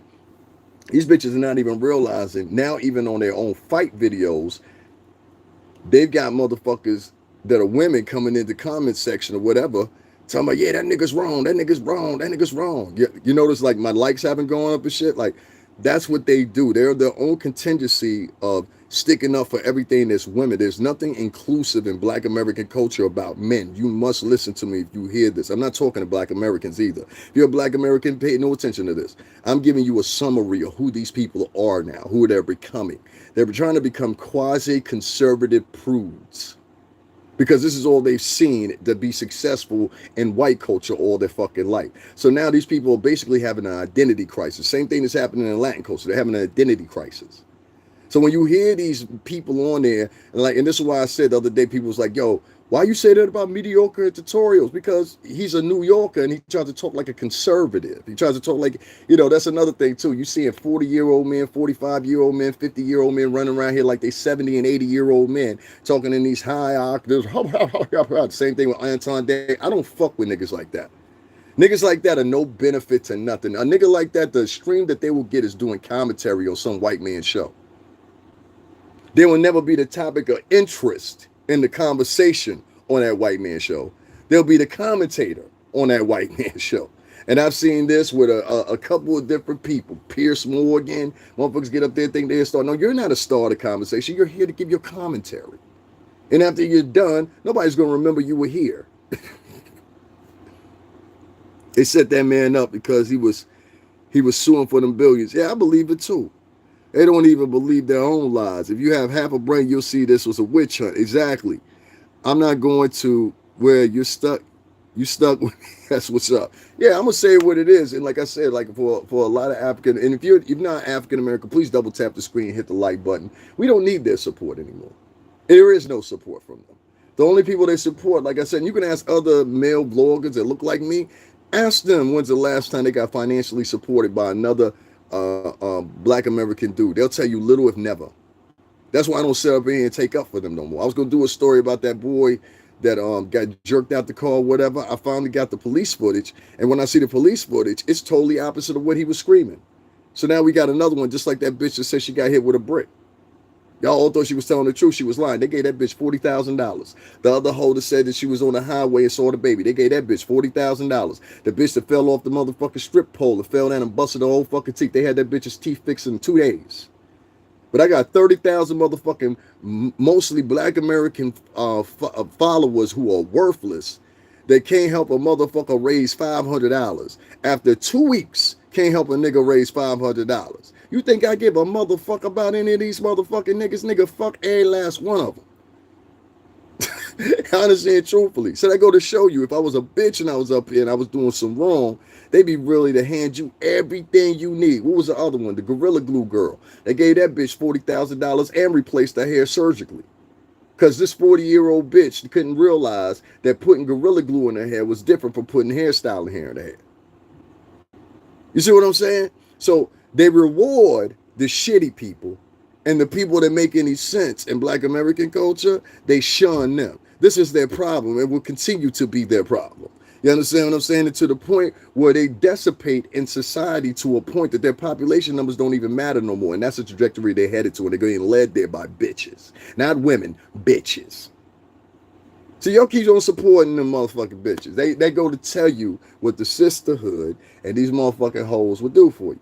You understand? I just gave you an example. They gave the brick bitch $40,000, and she got arrested later on for fraud. They gave the chick that said the baby was on the highway, they gave her $40,000. Are y'all not understanding here? This is a Black female-led culture. So if you want any financial standing and you belong half, like I do, or fully to that culture, you're not going to get it unless you're a bitch. Simple as that's a bitch-ran culture, and I'll continue to say that. Black American culture, and I dare one motherfucker that want to argue with me about it. Here's your chance. Prove to me that Black American culture is not led by bitches, and I'll shut the fuck up. Fuck the donation. I don't need your donations. You can keep your donations. You ain't gonna give up nothing anyway. I'm just doing this privy. How many of you motherfuckers honestly want to disagree with me and say that Black American women don't run Black American culture? Go ahead. I just want to see who disagree with me. And prove to me why you disagree. Come on, I'm going to give you a chance right now. Right now. All you proud motherfuckers, all you motherfuckers, yo, the sisters and this and that. Go ahead, here's your time to speak up. Go ahead. Tell me that you believe the Black American culture ain't led by bitches, and I'll shut the fuck up. Now, I ain't say Diddy, nigga. I said, tell me, that's the answer I'm looking for. Well, I'm 69 years old, and I'm Black, and I've been married for 26 years. Bitch, you one person.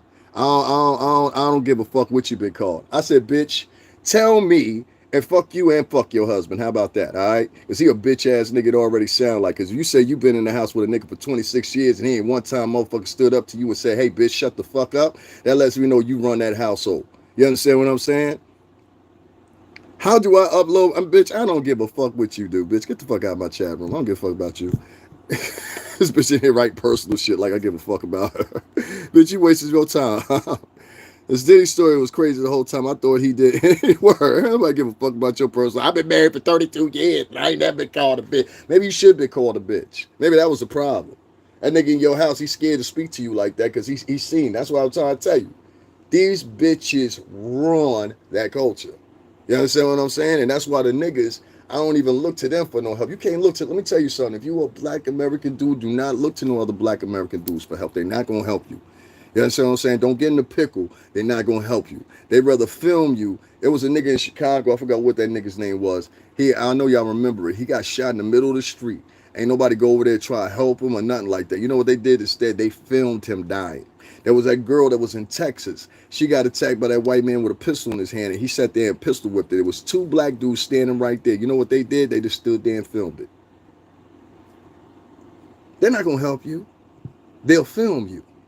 And then they'll later on give commentary, oh my God, and show their fans and shit like that. And it could be your untimely death. It could be anything. You understand me? So trust me when I tell you, nah, bitch, I'm not complaining about, I'm not trying to coerce any motherfucker into donating or support my channel. Y'all already said it. So it's all good for me. Right now, I'm at an episode where I'm like, okay, these folks have showed me for 6 years that they don't fuck with me like that, but they fuck with my information. So what I need to do is I need to move beyond them for 2026. We getting ready to move into the second half of the decade. I can't continue doing the same shit I was doing in 2020, fucking with the culture, and the culture ain't fucking with me financially. Other words, there's no how do you get what I'm saying? There's no reason I should get off of here, and there's 26,000 views once I get off. 24,000 views once I get off, and nobody's donating the whole week. Today, Friday. And some of these same people, they've been here all week, ain't donated one dime because they don't want to. You know why they don't want to? Because they see this space right here, and they see this space taken up for another black male face. So they don't like that. That's why I told you this is a bitch ran culture. These same motherfuckers, you notice it wasn't no comments when I was talking about Epstein and Maxwell earlier.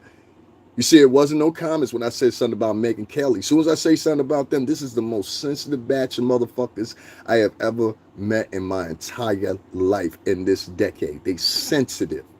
You can't say that like the other bitch came in here just a minute ago, the old bitch. I've been married for 32 years. Don't nobody give a fuck, bitch. You probably lying to all of us. You ain't been married. That nigga probably died 10 years ago because he couldn't take that shit in the house with your nutty ass.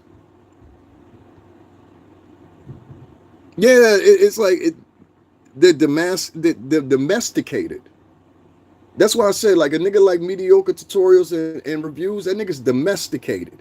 That nigga Anton Daniels, he's domesticated. Those are docile niggas. Yeah, that's my Cash App above, brother. That's a brother. He asks, is that my Cash App? That's a nigga that support. You don't get no support on here if you're a man of color. The only people that get support on here is bitches. I've been here all week, got 30,000 subscribers, and ain't name one motherfucker donating. And everybody in the chat room talking about, yo, nigga, you saying that real shit. Already show me. Show me, black men, that you don't follow behind bitches. Because that's what it's looking like to me. A bitch can raise $40,000 after she said she got hit with a brick, but a nigga can't make up $500 to get his motherfucking phone situation right. That shit sound funny to me, bro. That sound like niggas got more priority with bitches, and then niggas want to project themselves as real men. Listen, nigga, I grew up around a dad and uncles that were military men. You understand what I'm saying? It's, Adam bitches say it, it's not giving masculine. It's not giving togetherness. It's not giving brother. Do you know what Italian, if I was Italian, I could go to the Italian community. I could still go to the Italian community if I want to. I got, like, one of my friends donated to me. I can go to the Spanish community. That's how I know this. And I can go to the men in those communities and be like, listen, I'm having a rough time right now. Fuck it, I'll even up it. I can go to the Jewish community as a Jewish man, right? They have full communities that have their own schools, own hospitals, own stores. They even have a store in New York called PC Richard & Son. The only day out of the week that they close is on Saturday. I can go to any one of those cultures and I can say, hey, I need a loan as a man. And there's going to be at least 2 to 3 men within that corridor of that culture that's going to make sure I get it. And on top of that, if I'm Jewish, they're not even going to make me pay back interest. Isn't that amazing? Meanwhile, these niggas, these bitches online, these black women online, I got my own business, I got my own business, I got my own business. Y'all ain't never peeped this part. They all talking about they got their own business, these women. Well, who are they hiring? Other women. They're not hiring men. Their preference first is through hiring women. Y'all not even peeping that. So I'm like, yo, these niggas are basically supporting women so much that they want them to dominate you. That's what I look at. I look at if a nigga is overly supporting a group of women. You understand what I'm saying? Even when you know these bitches are in the wrong, like I'm thinking I should see more of a conversation, especially from the women, about the breach in the what's that shit called? What's that shit called? We was just talking about it, y'all. The T-app. You understand what I'm saying? Which was created by a white man. But the majority of the users on there were white women and black women. The majority of the salacious comments on there were from black women and white women. Isn't that funny? So you got to see what these bitches feel about you in reality. But the problem is these coddling motherfuckers. See, a lot of these men, 72% of African American men, and something like, I think it's like 47 to 49% of Latino men are raised by single mothers. So when you get the mentality of these motherfuckers, most of them are clingy to the titty still. You understand? If to say too much, they still want some milk. You understand? Now they got to get the milk from somebody else because they're too grown to get it from mama now. So this is why you get the man that want to live with a woman all day long. This is why you get the man that to go into the grocery store or whatever, and he pushing the basket while his girl throwing shit in the basket. Anytime you see a nigga like that, that nigga don't control that house. And you'll find that out once he get to the register and he do this little move right here. He step back and then let his girl go to the register. So you understand what I'm saying? Like, please skip me with that pro-black shit. Please skip me with my aunt was in that shit. They did her dirty too. You understand what I'm saying? Please skip me with that shit. And you told my nigga, like some bitch came in here earlier. I wish I could get on YouTube and beg. Nah, bitch, this is what we do for a fucking job. My page is monetized. I show people, listen, let me show you how much money I make on this motherfucker. Y'all think I'm joking. Let me show you how much money we make on this motherfucker. This is how we getting fucked on both ends here. So y'all don't know how this works. So let me show y'all something. Let me show you how much I made this month. All right. I have almost 430,000 views, right? How much y'all think I made? I got over 430,000 views. How much do y'all think I made off this app? Just throw me a guess in the chat room. Anybody.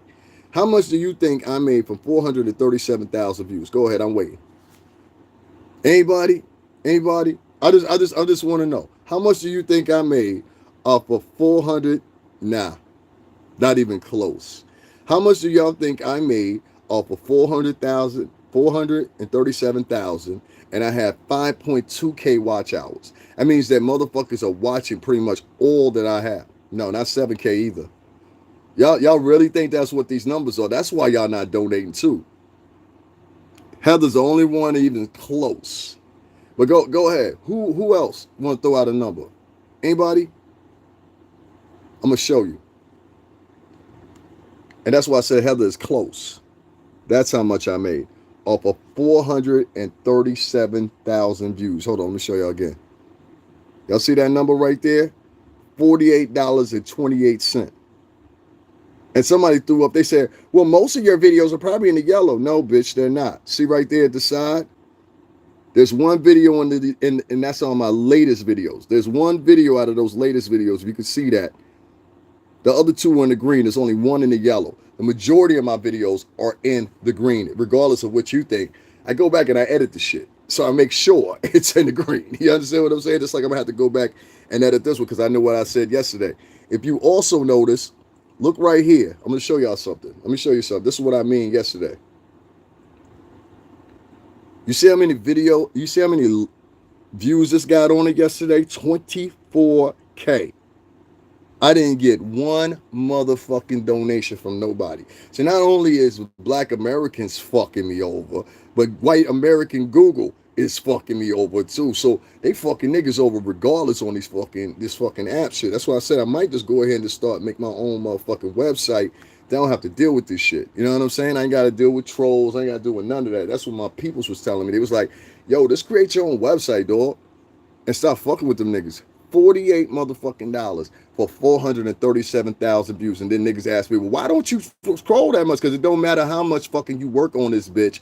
The only people that make money on this motherfucker are bitches. It's becoming just like fucking TikTok. Only women make money on this motherfucker. Somebody told me, what's her name? And I ain't even hating on her. Tisha Tells is making $50,000 a month. I said, how? And most of the shit she produced and put up, most of the people know is pop cocky. But, you know, it is what it is. You're going to believe what you want to because that's what black Americans are into. They into mysticism and esoteric shit or whatever. I don't know. I can't keep up with that weird ass shit they be doing nowadays. Like, I watched this bitch the other night. She was talking all this weird shit and the energies and it's circumference and all this weird shit. I was like, bitch, get the fuck off my screen. Thank you very much, Edwin. I'm gonna go check that out and see what that is. So I want to make sure I thank you too, man. I appreciate that. For anybody that do support the channel, I appreciate y'all. Yeah, people. Thanks for the $5 donation, and Edward, thanks for the donation too, man. I appreciate that $10. I appreciate it. That's crazy, man. It really is crazy, but it is what it is. Damn, I'm 58 years old and I don't know nothing about this social media shit. That's crazy. Yeah, man, $48, bro. And you see, still then when I showed niggas like, yo, we're not making money off this shit. Niggas still not doing that. So it lets you know. I'm trying to tell you, even the black men on this motherfucker don't like black dudes. I keep trying to tell y'all that too. The black women don't like you, and black dudes don't like you either. Black dudes are in competition with you at probably like a 70 to 80% rate. They don't want to be friends with you. They want to dominate you. You understand what I'm saying? Things are not the same as they were 10 or 15 years ago. You have to look at these motherfuckers. The way I look at it, most black dudes now is you're not definitely not my competition, but you definitely are a potential enemy. When it comes to black women, probably 80% rate, I don't trust any of them. And I'm being honest, especially after I seen the shit that went down with Diddy. Diddy shouldn't either. You should stay clear away from, because they'll always sit around and tell you, you better stay away from them white women. Well, I don't see white bitches dragging niggas up in the court every 5 minutes. I don't see white bitches online every time a black man is accused of something, bashing them and everything to the point that they can't. But when a black woman is online and something is wrong with her, we all supposed to come to her defense and give her $40,000. So them times for me is over, dog. So yeah, man, we cool though. We cool. It's all good. Don't worry about it. But please don't come to my channel talking about that black this and the black that and the black this, man. Those are one of my biggest ops. Them motherfuckers. Them niggas do not like me. They try to be the communist and shit. Like, I'll give you an example. You a communist motherfucker or a Marxist. If you come into somebody's chat you do not know, you don't even say hello, introduce yourself or nothing like that, which means you have no respect for me. And the first thing that comes out your mouth is talking to me like you my motherfucking grandma or something.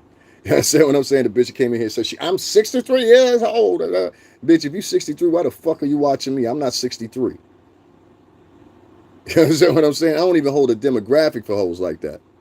While I don't agree with that, pushing the cart makes you a man of simp. Pushing the cart does make you a fucking simp. If you get to the fucking cash register and you got to move back and now your bitch is paying for shit, you are a simp. You don't run anything in that fucking house. That bitch don't respect you. That's why she brought your goofy ass to the grocery store, so other niggas can see you pushing the cart for her. A lot of niggas don't even know they getting joked while they with their bitch because their bitch is looking for a different nigga. Nah, I don't fuck all that shit.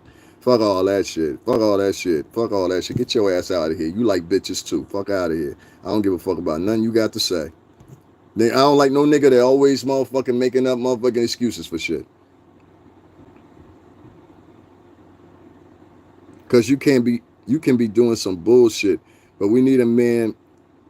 Yeah, I don't be on no bull. I'm never like, go back and watch my old lives. Like, that's my problem. I like niggas be like, yo, I don't come from suck ass niggas. So niggas like, a lot of these batches of niggas that you got on here online are suckers. You understand what I'm saying? Like, they'll if I was a bitch right now and I said, yo, I needed $500 to pay for my cell phone bill and get my cell phone back or whatever, I would have had it an hour ago.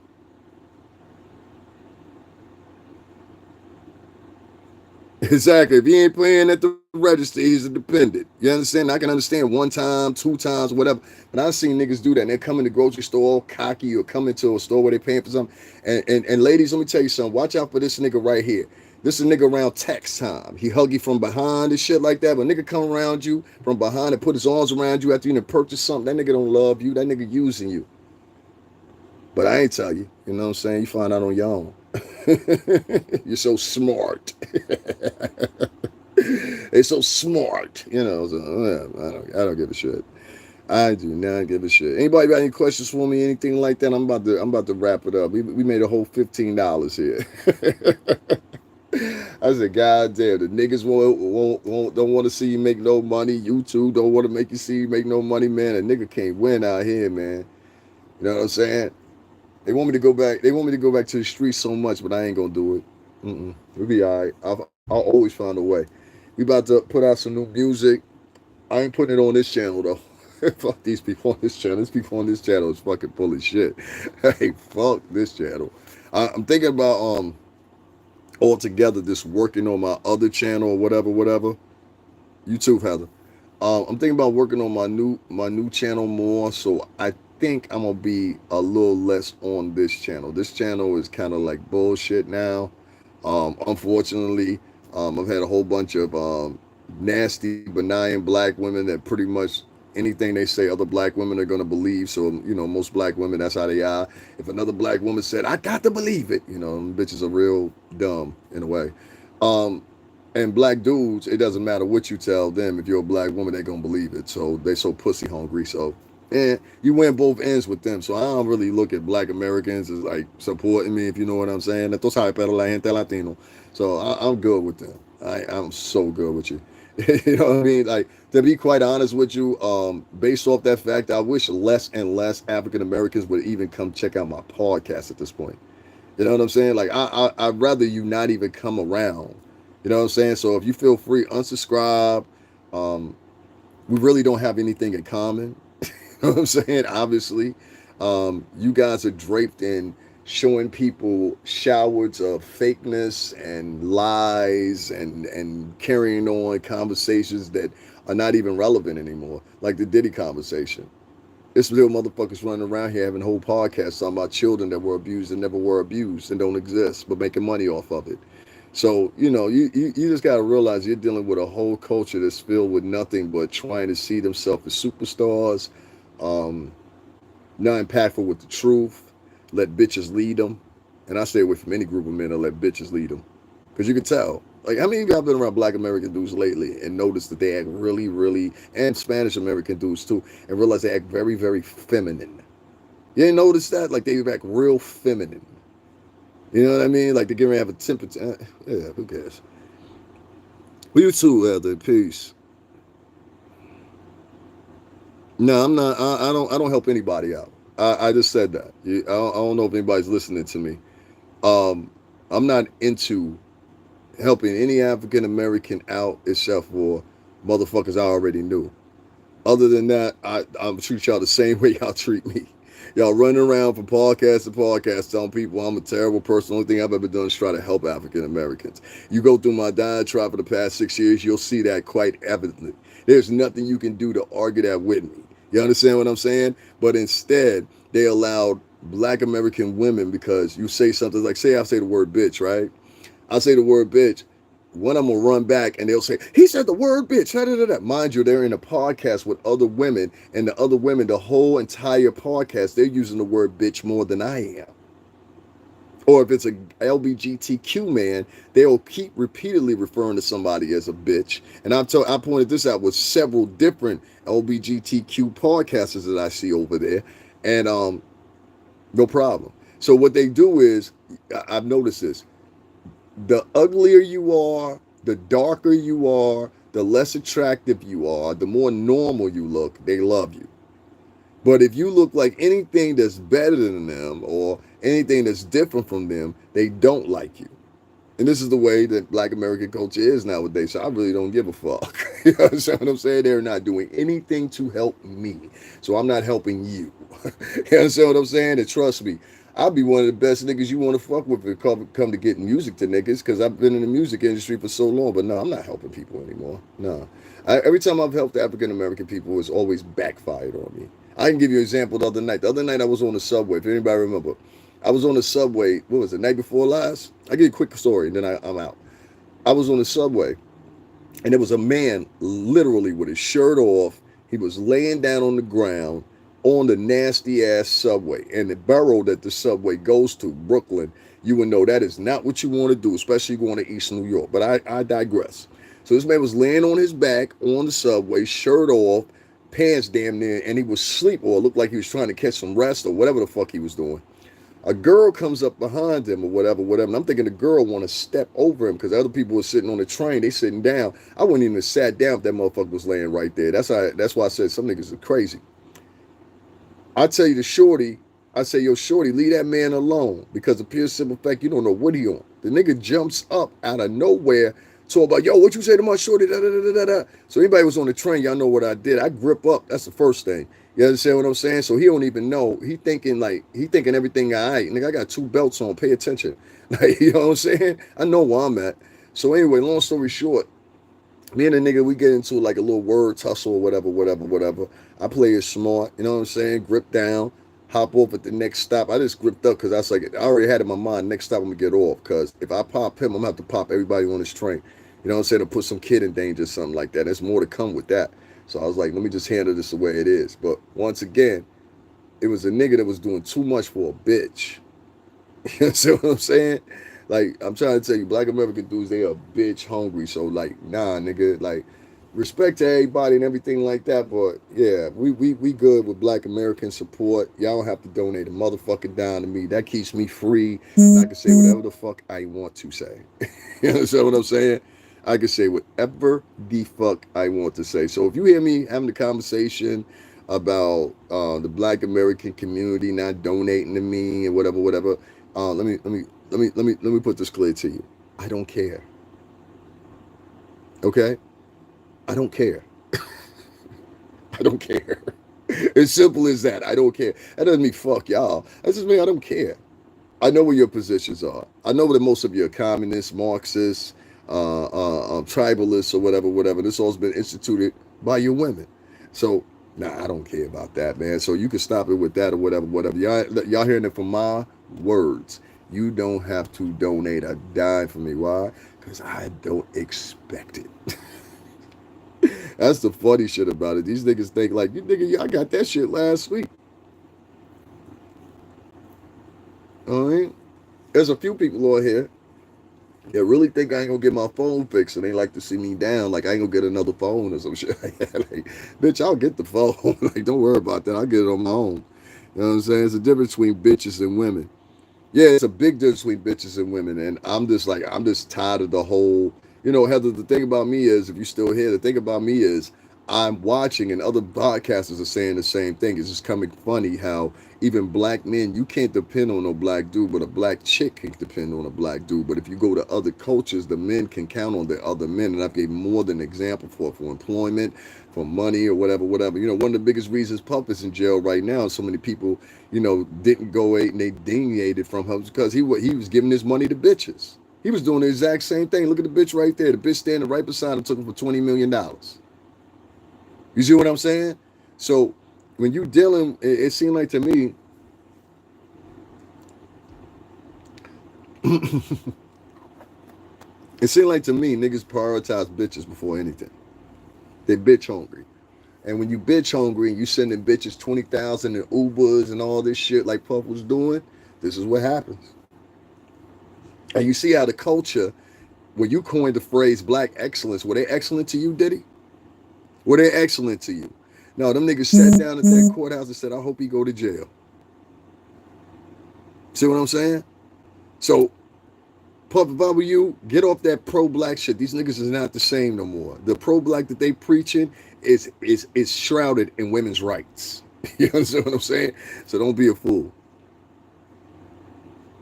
Yeah, I'm not even worried about it. Like, that's what I'm trying to tell you, Heather. This is not the culture to go to as a, like, let me highlight it. Black American culture is not the culture to go to as a man because they're a woman worshiping culture now. They have evolved into a woman worshiping culture. Meaning anything that a woman says in Black American culture, the men adhere to. It's the same thing in white American culture, which doppelgangs it. You'll find that within these two particular groups, you have a group of men that do nothing but primarily worship women. And the reason why, just like in white culture, a lot of these men have been raised by single moms. Same thing with black American culture, most paramount of all of them, 72% rate, they've been raised by bitches. So they talk like women, they act like women, their emotions are like women. Some of them motherfuckers will get on here, somebody, why are you so angry? That's what a bitch would ask you. Ain't no man supposed to ask another nigga why he ain't. I'm angry because I want to be motherfucking angry. That's why. Walk in the street and ask another nigga why he angry about something to see the motherfucking reaction you get off that nigga. You see what I'm saying? So it's become a very feminine clad culture. And the reason it's feminine clad is because the men have been raised by women. So they're used to it. So that's why I said when I come on here, I know automatically you ain't gonna get no support for the men or the women. I curse. I speak how I feel. Bitches can't even get the difference between I say the bitches and the ladies. So that means most of them are bitches and thoughts and whores. You know what I'm saying? They can't even get the difference when I say, yo, there's a difference between the women and there's a difference between the men. You'll have a bitch come in. I ain't no bitch. I said, bitch, did you just hear what I said? You are one of them bitches. You know what I'm saying? So it's like, yeah, you can't win with them folks. So instead of letting it get me upset, I had to learn. And instead of letting it get me up, just say, fuck it. Y'all ain't got to give me a goddamn dime. Because I know there's other races of people out there that will, that respect what I'm saying, that understand what I'm saying, that can have a difference of opinion or whatever it is. Not to be mistaken, there ain't no poor white trash out there. You know what I'm saying? Yeah, you can't win. You can't win with Black American culture. So I'm good with that. Those finicky motherfuckers, they'll change on you at the strike of a light. You understand what I'm saying? And I've learned that shit. I work for a black company. You know what I'm saying? I mean, if we put it back and run it back, you know, Pup was sending bitches $20,000, $30,000. It was giving us crumbs. You know what I'm saying? Literally crumbs. I almost sometimes look back and I'd be like, was it worth it even working for this nigga? You understand what I'm saying? I made moves down there that motherfuckers will be unprecedented to know that I made. And I ain't never gonna talk about because it don't need to be talked about. But when it come to that trial, I made some real motherfucking moves. I was one of the first motherfuckers down there at that trial. They were watching me because me and maybe four other bloggers were the only one covering it. 9 months ago, I couldn't get a motherfucker to buy me a coffee.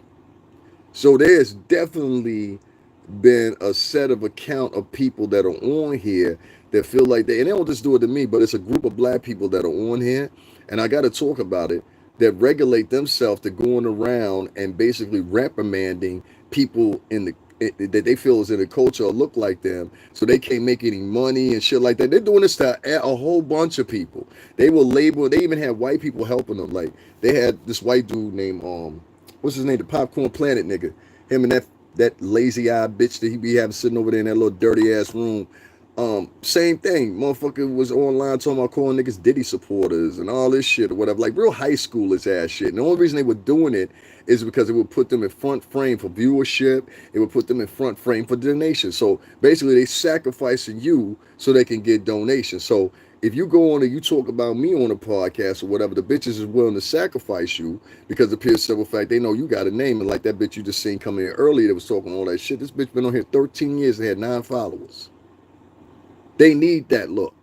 You understand what I'm saying? So, yeah, as far as black culture is concerned, my nigga, I mean, it ain't like a big fuck you or whatever, but if I ain't been known you, I'm not trying to do business with you. I definitely don't want to partner up with you for no fucking podcast. I don't want to be on your fucking panels.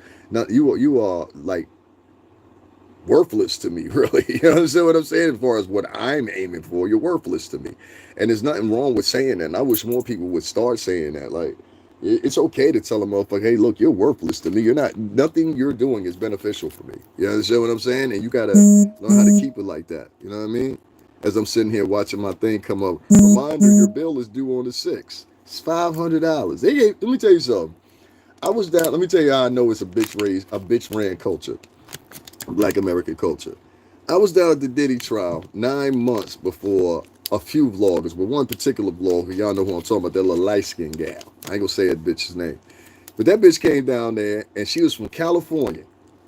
And everybody was just stuck on her. And everybody's like, why are they all stuck on her when there's other black girls down there? Like, for example, there was Nick at Night, Tasha K even stopped by, but everybody was talking about this one little light-skinned chick. You know why everybody was talking about that little light-skinned chick? Because they hate what they look like so much. And that was a beautiful representation of black people for them. When the bitch racially is ambiguous, she don't even. I look more black than her, and I'm half fucking Cuban. I look more black than this bitch. You understand what I'm saying? She almost looked like she Costa Rican or Dominican to me. But anyway, I digress. Long story short, they were flooding this bitch's pockets, flooding her fucking shit. The bitch is probably over here watching me right now. She's got some acolytes that come over here and watch me too. That's why you see that 111 likes not go up yet. You understand what I'm saying? Like I literally got haters that are fans of her are following me so they can just listen to what I have to say. These people are crazy. You understand? So that's why I be trying to tell you, man, when it comes to black American crowds, if you just first blogging, do not seek them out. 90% of them are into T-vlogging. That's all they do. They don't do anything about astronomy, relationships, how to fix shit, nothing. They just do T-vlogs. Who can we take down today? Don't y'all see that's the game? Who can we take down this week? Who can we talk shit about this week? In my motherfucking unaccomplished, motherfucking uninvolved voice ever.